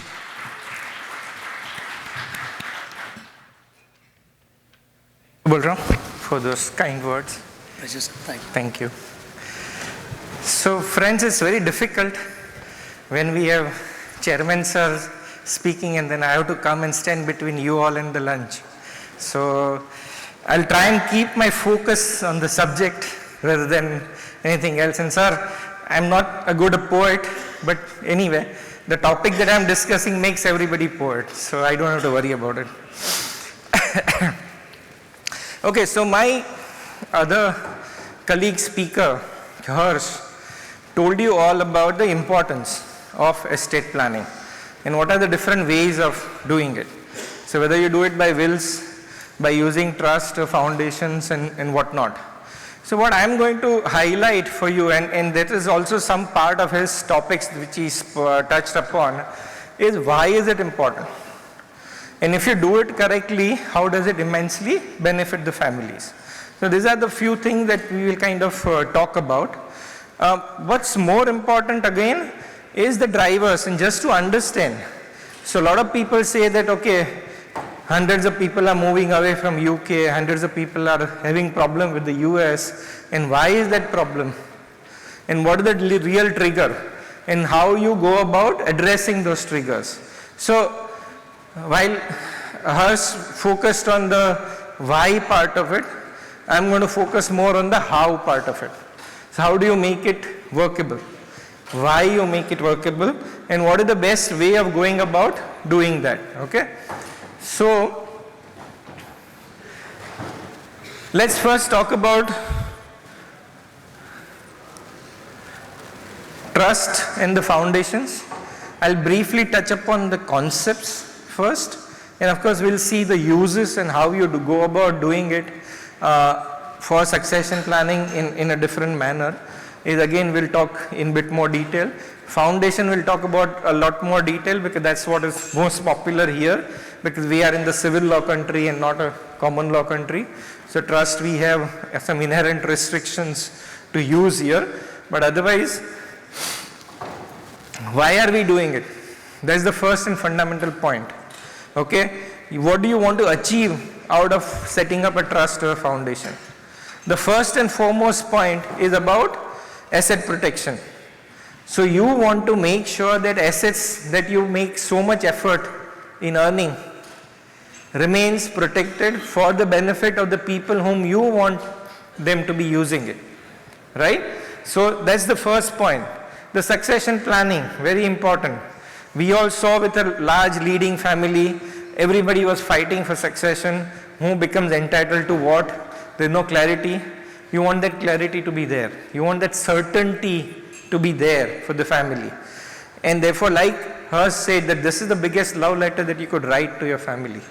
If you do it clearly and if you define it for them, to make sure that also they carry on the legacy that you are passing on. So again, long-term wealth management, the legacy for the family, all that you can achieve through the structures. The biggest of the charitable philanthropic institutions are trust. Why Tatas are still running so well, even though there's no single common owner. Because of their legacy which they have passed on through the trust which they own the Tata's wealth. And how it is to be deployed, what is to be done is all defined there. And again, lots of families from the Western world where they have achieved this seamlessly by using the structures, right? So philanthropy, charitable giving, and of course the tax planning becomes part of what you are doing. So it is not always a driver, and we never said the tax could anywhere be a driver. It has to be an outcome, but to do it correctly, you need to use your knowledge to do it correctly so that you achieve the objective, right? Type of trust, which are different trusts. Let's first understand what is a trust. It's a commercial legal arrangement. It is not a legal person. It's an arrangement between the settler and the trustee, where settlor is saying that please hold on to these assets of mine for the benefit of the beneficiary, but the trustee is the one who is the custodian. And this is a legal arrangement only. And therefore, when you pass on the assets into the trust, either trustee becomes the owner, or more often than not, under a trust arrangement, there is always a special purpose vehicle which is set up, which owns all the assets and which are managed by those trustees, right? So it is definitely not a legal person. Trustees become the owner, and to move away from the dependence on that trustee, you set up the special purpose vehicle to become the owner of those assets. It has been in practice for hundreds of years. It is very commonly used across most of the common law countries, be it India or UK or Singapore or New Zealand, and a lot of these trust laws are over 100 years old, and they have been very famously used by many families to achieve their objectives, right? So very common under the common law system, and has been used for century, I would say, okay? But it's still what you need to understand, it's a legal arrangement. And therefore trustees become the owner of the assets which are held under the trust. So even if that SPV is set up, who is the shareholder of that SPV? The trustee. Right? So beneficiary is of course defined, but they are never there appearing as a shareholder, right? There are various types of trust, and all this has come through with using different legal system, different purposes for certain type and not, okay? There is living trust, there is a testamentary trust, again depending on the characteristic of why you want to use it for and what you want to use it for, and that's how it is being defined, right? And then a revocable trust and an irrevocable trust, again this difference also has come because of the tax laws. A trust is revocable when settler has the power to take the assets back into his own custody or own ownership, and when he gives away that power of taking it back, that's when it becomes irrevocable, right? So it is advantageous that certain countries say that I will recognize the assets which are passed on under this legal arrangement only if the person who has passed on the asset does not have any rights to take it back. So countries like India, UK, Singapore, New Zealand, and a lot of other common law countries, your tax planning can only be achieved if it is an irrevocable trust and not otherwise, right? And similarly, for certain countries, tax planning can only be achieved if it is a revocable trust, because then they say that if it is a person who is foreign and he is putting that asset into the trust, but my citizen will not benefit during his lifetime, then I will give the benefit, otherwise I will not give the benefit. So again, driven by different laws under different jurisdiction, and therefore some trust could be funded that it will own the asset, some are only kept ready so that if certain event happens, that trust will take its characteristic.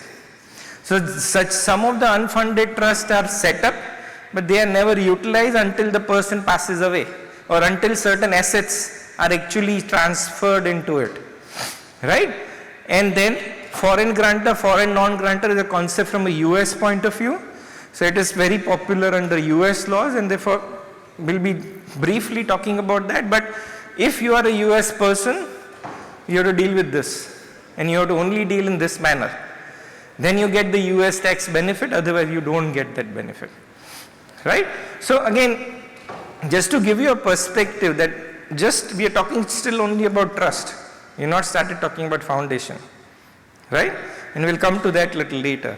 But within trust, there are so many options. You have to first define your objective, like Harsh said, why, where, what for, and then you go about saying how. So this is the how part of it. But unless you address your W's, you will not come to the how part of it.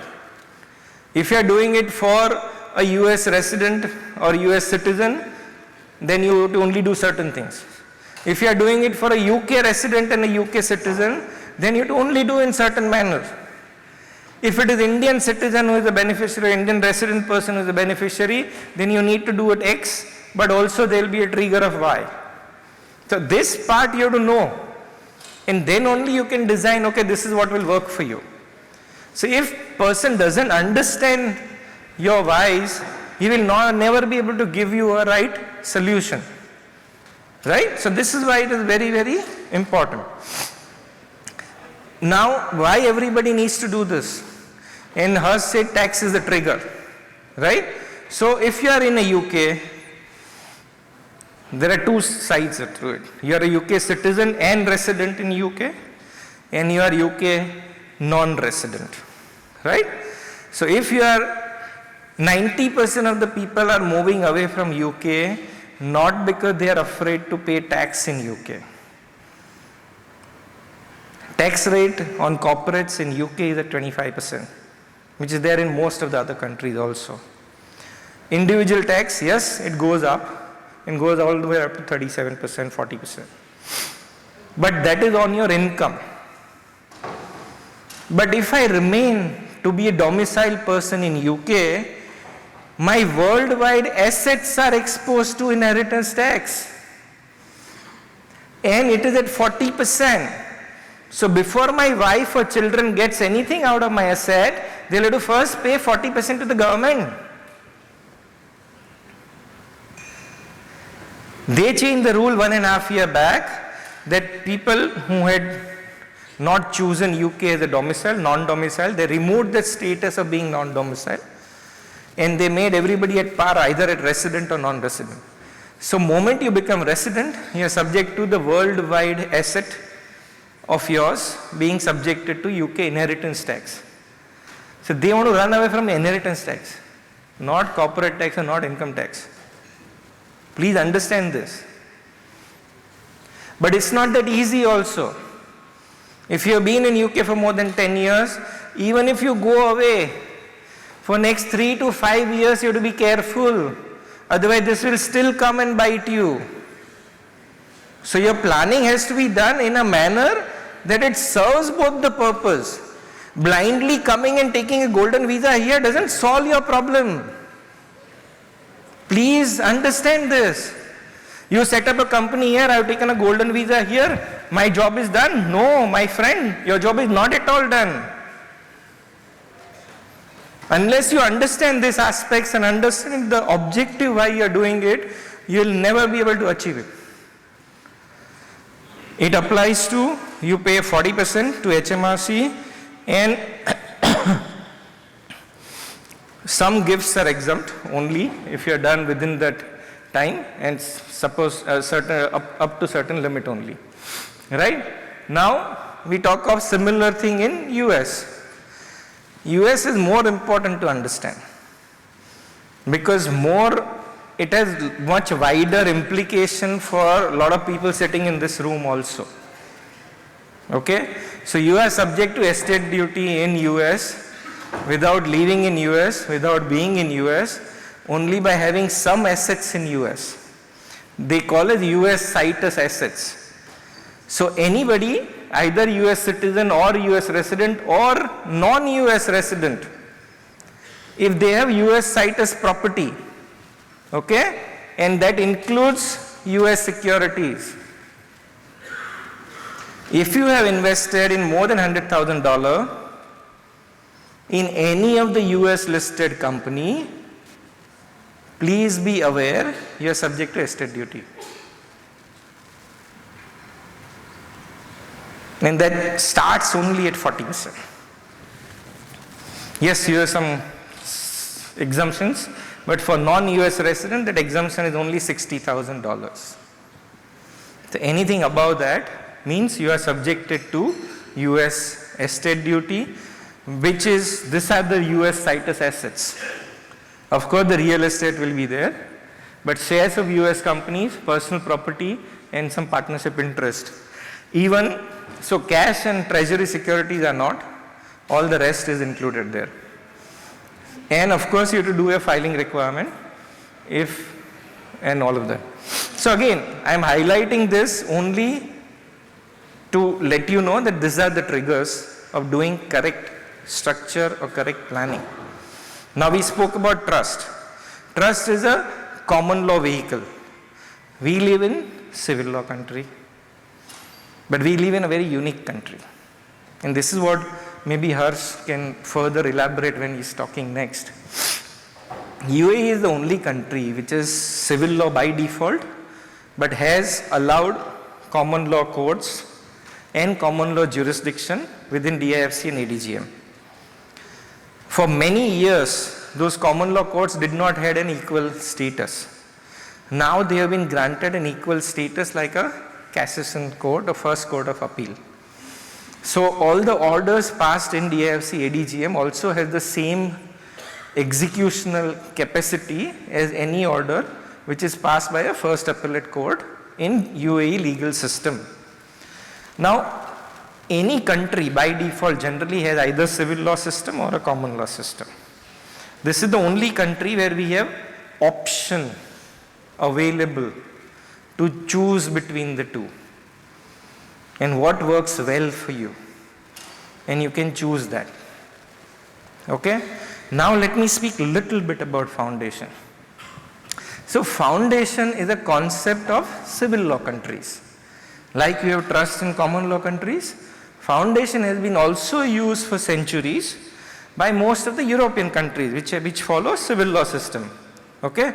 So it could be Netherlands, it could be Switzerland, it could be Jersey, it could be lot of other, Germany and lot of others. Okay? Foundation laws are also in practice for over 100 years. People have been setting up foundation in Germany, in Netherlands, in Switzerland, in Liechtenstein for over 100 years. Okay? The essential difference that one needs to understand is that, again, the objective is same as trust, but trust is what? A legal arrangement. Foundation is a legal person. Foundation is a legal person, like a company. Therefore, here, unlike trustees owning the asset, foundation can hold title to assets. And foundation can open their own bank account, can own shares in the companies, can own title to asset, and can do everything like a normal corporate does. Now, one more step, and which is the beauty of this entire system from a UAE perspective, foundation is a civil law concept, but it is allowed to be set up only in DIFC and ADGM, which is common law governance. Have you heard of a civil law concept being executed in common law? No. First time, unique. Why? It becomes more stronger that common law, which is going to give recognition even to a legal arrangement, will anyway give recognition for a legal person. It will be a more stronger recognition as compared to even a trust. And it will be guided by the judicial precedents. Now this difference is not available anywhere else. You can go and set up foundation in Switzerland, Liechtenstein, Panama, wherever you like, but you don't have common law available there. Right? So this is the uniqueness of UAE. What are the shortcomings? We don't have 100 years of history. Every other jurisdiction that you use, Singapore, Guernsey, Jersey, UK, US, or Panama, or Switzerland, or Liechtenstein, has over 100 years of track record. How their courts will see this, how their courts will uphold. You have a precedent. Do we have any? No. It's a 5-year-old concept. It has only become popular in last 2.5 years. A year back, the total number of foundations that were set up between DIFC, ADG and RK all together was less than 1,000. Today we are 2,000 plus. Right? Why? Because they've added the tax benefits to it. And therefore everybody is rushing. Okay? So now let's talk about a little bit of that. Why you create foundation? Same aspects, nothing different. Asset protections, long-term business holding, anti-hostile, charitable purpose, family wealth planning, all of that.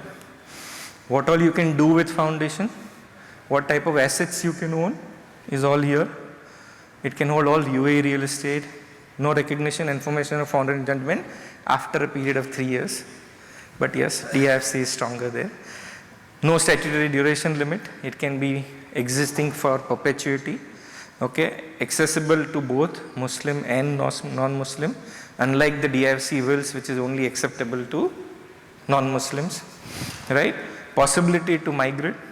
So if something happens, you can re-domicile it to somewhere else, or you can bring in your foundation or structure, say, set up somewhere else, or into a DIFC as well. Both is possible. So all of this is possible. UAE corporate tax, only structure in UAE corporate tax which gets an option for its tax treatment is foundation. So under UAE corporate tax law, only UAE foundations have an option where you take the city registration and then you apply for an exemption. If you meet all the conditions, you will be granted an exemption. But you are certain from that time that this is the treatment for my income. There is nothing left to doubt or interpretation, because there is a process of granting an exemption.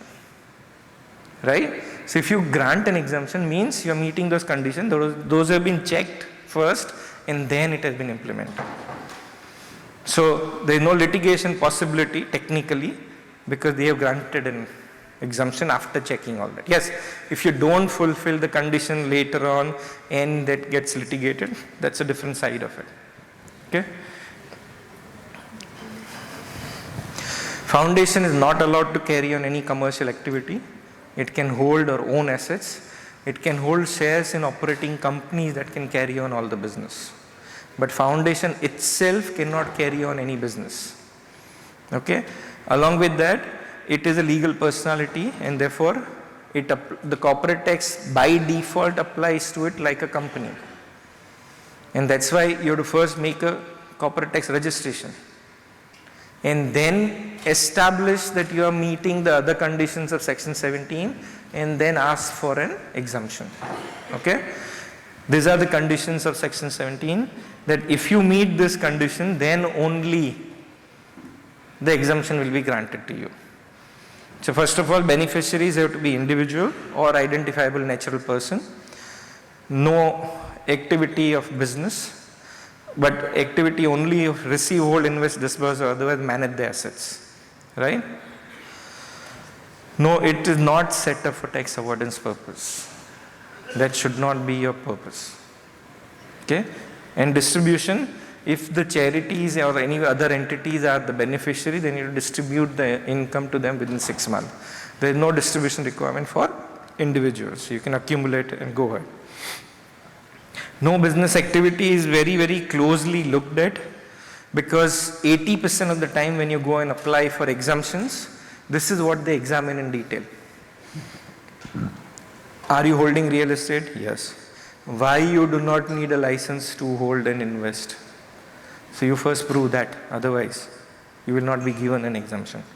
So all of this, therefore, you have to be very careful of what you put under foundation. If you put an LLC which will by default have a trade license, that is deemed to be carrying on business. So that LLC will not get tax transparency. Foundation might still get. So you have to be careful of what you are doing, how you are doing it. Again, detailed planning is required. And you cannot just say, okay, foundation kar diya, I'll get benefit. No. It's not just simple like that. Okay? And 80% of the people, like her said, just make a mistake. They take the standard draft of charter and the bylaws and set up the foundation. But there also you have to customize to say that you are not allowed to carry on business, you will not do this, you will not do that, you will not do, all of that is required. So attention to detail is must if you want to actually benefit out of any of this structure. Second and most important thing which people forget is that with any of this structure, whether trust or foundation or whatever, the most important thing that comes is discipline.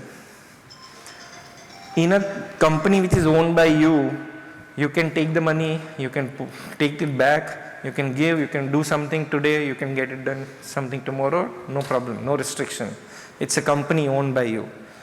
Foundation or trust is not like that. You can only do what is written in the charter and the bylaws, and you cannot do as per your whims and fancies. If for any reason, for tax reasons in whichever country, you are not named as a beneficiary, you cannot take a single dirham out to yourself because you are not a beneficiary. So you have to have the discipline to follow the charter and the bylaws. And if you don't follow that, then you are not following the prescribed conditions, then you defeat the entire structure itself. So that discipline is very, very important. And it's not just that you set it up something just for the sake of it, it will give you all the benefit. No. Unless you don't understand this, how it will operate, who will do day-to-day functioning, who will have the signing rights, and how am I going to control or not control it, all that needs to be thought through first when you define your charter and the bylaws. If you don't do it, you are not going to get the right intended benefits. That's the simple point. Okay? So no business activity, distribution condition is mandatory only if it is a public benefit entity, not otherwise. Okay? All the income, this is part of it. So if there is a foundation which has a foreign investment and from their investment income is coming, but along with family there is also a charitable entity which is a beneficiary, then I need to define what is the percentage that will go into the charity. And that percentage of my income needs to be paid out to that charitable activity or entity within 6 months of time. Then only I continue to remain exempt. For individuals, I don't have that mandatory condition. But only if I have added a charity as a beneficiary, then I need to be very clear of how am I going to do. Okay? So again, 10% acquired, 7% sold at a gain. You don't have participation exemption, but if you are going to get it exempt, you have to distribute it within the 6-month time. Okay? What is mandatory? You need to register for corporate tax. Then you have to check your eligibility whether you meet all the conditions of section 17. Then you have to go and apply for exemption. Okay? And attain a status of something known as an unincorporated partnership. You have to do it. So one is that you have to register within 3 months of your setup. The second is you have to apply for this unincorporated partnership status before the end of that relevant year, so that they will determine whether you actually enjoy that benefit or not and whether you need to file the tax return or not. Okay? And then if you are exempted, you still need to file an annual confirmation within 9 months.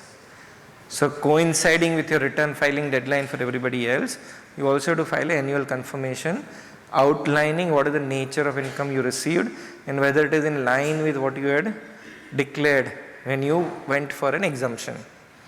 So there is a check and balance which is provided in the law itself to make sure that the misuse is detected right at the early stage. If you don't fulfill, you lose the status as transparent and you start paying normal 9% tax like any other company. Okay? Clear? So for founder, technically when you put assets into a trust or a foundation, if you go by the real meaning of word transfer, it's not a transfer because you're not receiving any consideration. It's more in the nature of a contribution, right? And therefore, across the world, when your asset moves into a trust or a foundation, it is contributed in without having any recourse to get it back.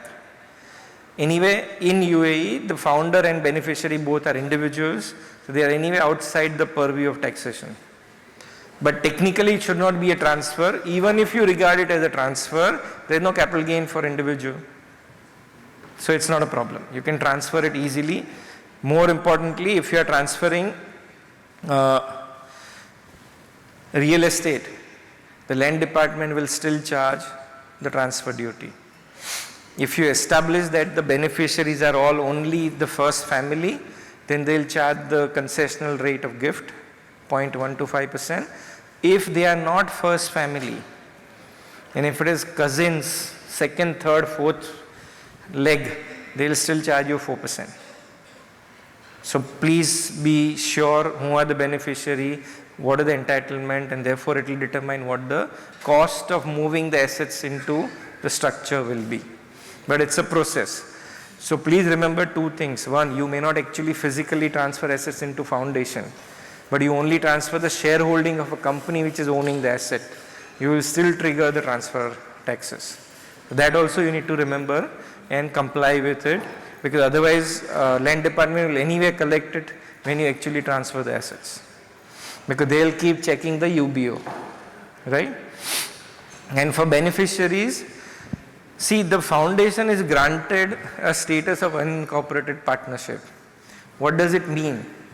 It becomes tax transparent, and therefore the income which is earned by the foundation is deemed as the income of the beneficiaries. As long as they are individual, we don't have personal tax, you get this tax exemption. Moment and in the year when UAE introduces personal tax, it will be taxed on the same line that the personal income will get taxed. So today we have very clear cabinet decision which says that if I am earning investment income, I am earning real estate income or salary or wages, of course foundation won't earn salary or wages. So if you earn investment income or real estate income in a foundation, it will be treated as if it's an individual income, and therefore it will be exempt from tax, because it will be deemed to have been earned by its beneficiaries which are individual, and therefore you get this status of transparency. I have only about 2.5 minutes, so let me first go to some of the issues. Okay, so one more advantage with foundation is that if foundation is getting exempt status, it can extend the status to the company which is 100% owned by that foundation. If that company is also only passive investment company, if you are active business, you don't get, right? So if you are only a passive investment company, which a lot of offshore companies are, SPVs are, and you only earn investment income or real estate income, then you can extend the tax transparent status to foundation and that company owned by that foundation also.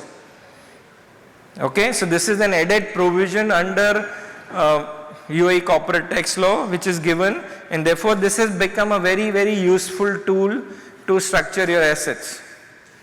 You can have foundation at the top you will have holding companies which are passive, and you will have operating companies which are paying taxes. But the dividend that comes up in the structure will remain exempt, and all the other investment and property ownership can go into that. So it has worked beautifully for a lot of people, and therefore it is working well. These are three challenges which are with the foundation. Our law is very new. Our law is treating foundation on the same line as an unincorporated partnership, which should not have been the case. We should have a separate provision to tax or not tax. What happens is that, unlike unincorporated partnership, foundation is a structure which will accumulate wealth. Unincorporated partnership, you're mandatorily transferring to the owners or partners. Here that's not the case. And therefore there is a difference, that what happens to the wealth which is accumulated. What is the tax treatment when it is given to the ultimate beneficiary after 5, 10, 15, 20 or 25 years? It's not clarified today, right? In other laws in the world, if it is UK, India, you have a separate regimen to tax trust, and they clarify all of this together. We also hope that we'll have that clarity in due course for this taxation as well, but at the moment it's not clear. Okay, so one needs to be very, very mindful of how you do it. Plus, when you don't define the share of the partners, it is to be defined in future. As long as there are individuals, the tax treatment will not change. But if I'm not going to give to one, I'm only going to give it to somebody else, how will it be treated, not treated? Some of these things are not clarified. So you just have to be mindful of that. These are some of the drawbacks. It's not everything hunky-dory. No, everything is not clear. So there are some issues. You need to be mindful of that. Of course, this will get clarified in due course of time. And these are most common question that is asked to me. So I'm just going to cover it up in next 1 or 2 minutes and then close it. Okay. Is incorporation founders treated as a tax avoidance? So if you do it correctly, if you document it correctly from a succession planning asset protection perspective, no. If you don't pay attention to your documentation, yes. Can a founder be eligible to be a council member as well as beneficiary? Please understand that UAE does not have personal tax, does not have estate tax, does not have inheritance tax. Therefore, within UAE, you have a lot of flexibility. So a founder can be a council member, a founder can be a beneficiary. But if you are moving assets into foundation which are in other jurisdictions, say UK, say India and a lot of others, then you need to be mindful of the tax laws of that country also. And then if founder is also a beneficiary, they'll treat this as a sham. They'll not treat it as a trust or a foundation. So you need to be clear of what assets are going in and what impact it will have, and from that perspective you give the role. From UAE point of view, there is no restriction. You can have, and you can retain full control also, right? But you may have implication from other side. Who should register? Foundation has to register and not the beneficiaries. And we have to mention the distributive share for CT purposes alone. You may not mention it in your charter and the bylaws. For CT purpose, you have to deem it and mention it somewhere so that they continue to meet the conditions of 17.1. Okay? So with this, I'll conclude here because I don't want to stand between you and the lunch. Thank you. Thank you so much, Nirav bhai. It was always a pleasure to have you on the stage. Please come on this side. And thank you so much for that insightful and that practical session. And on behalf of the members and Dubai chapter, we will like to present a memento. So for that, I would like to call the Vice Chairman CA Rishi Chawla and the former Chairman CA Surinder sir on the stage to present a memento on behalf of the members. And also I would request Dikshit and Vijay bhai to on the stage to join us.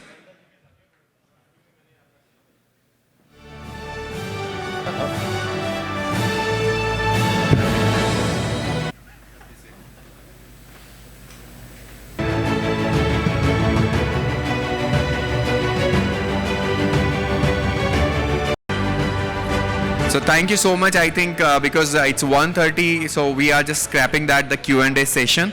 And if you have any questions, yes, you may always reach to our own Neerav Bhai and Harsh Bhai one-on-one anytime. So thank you so much and for being and attending this first sessions of 2026. Thank you so much and have a great day ahead. Enjoy your weekend. Thank you so much. This is C. Amit Ketan signing off. Have a great day. Thank you.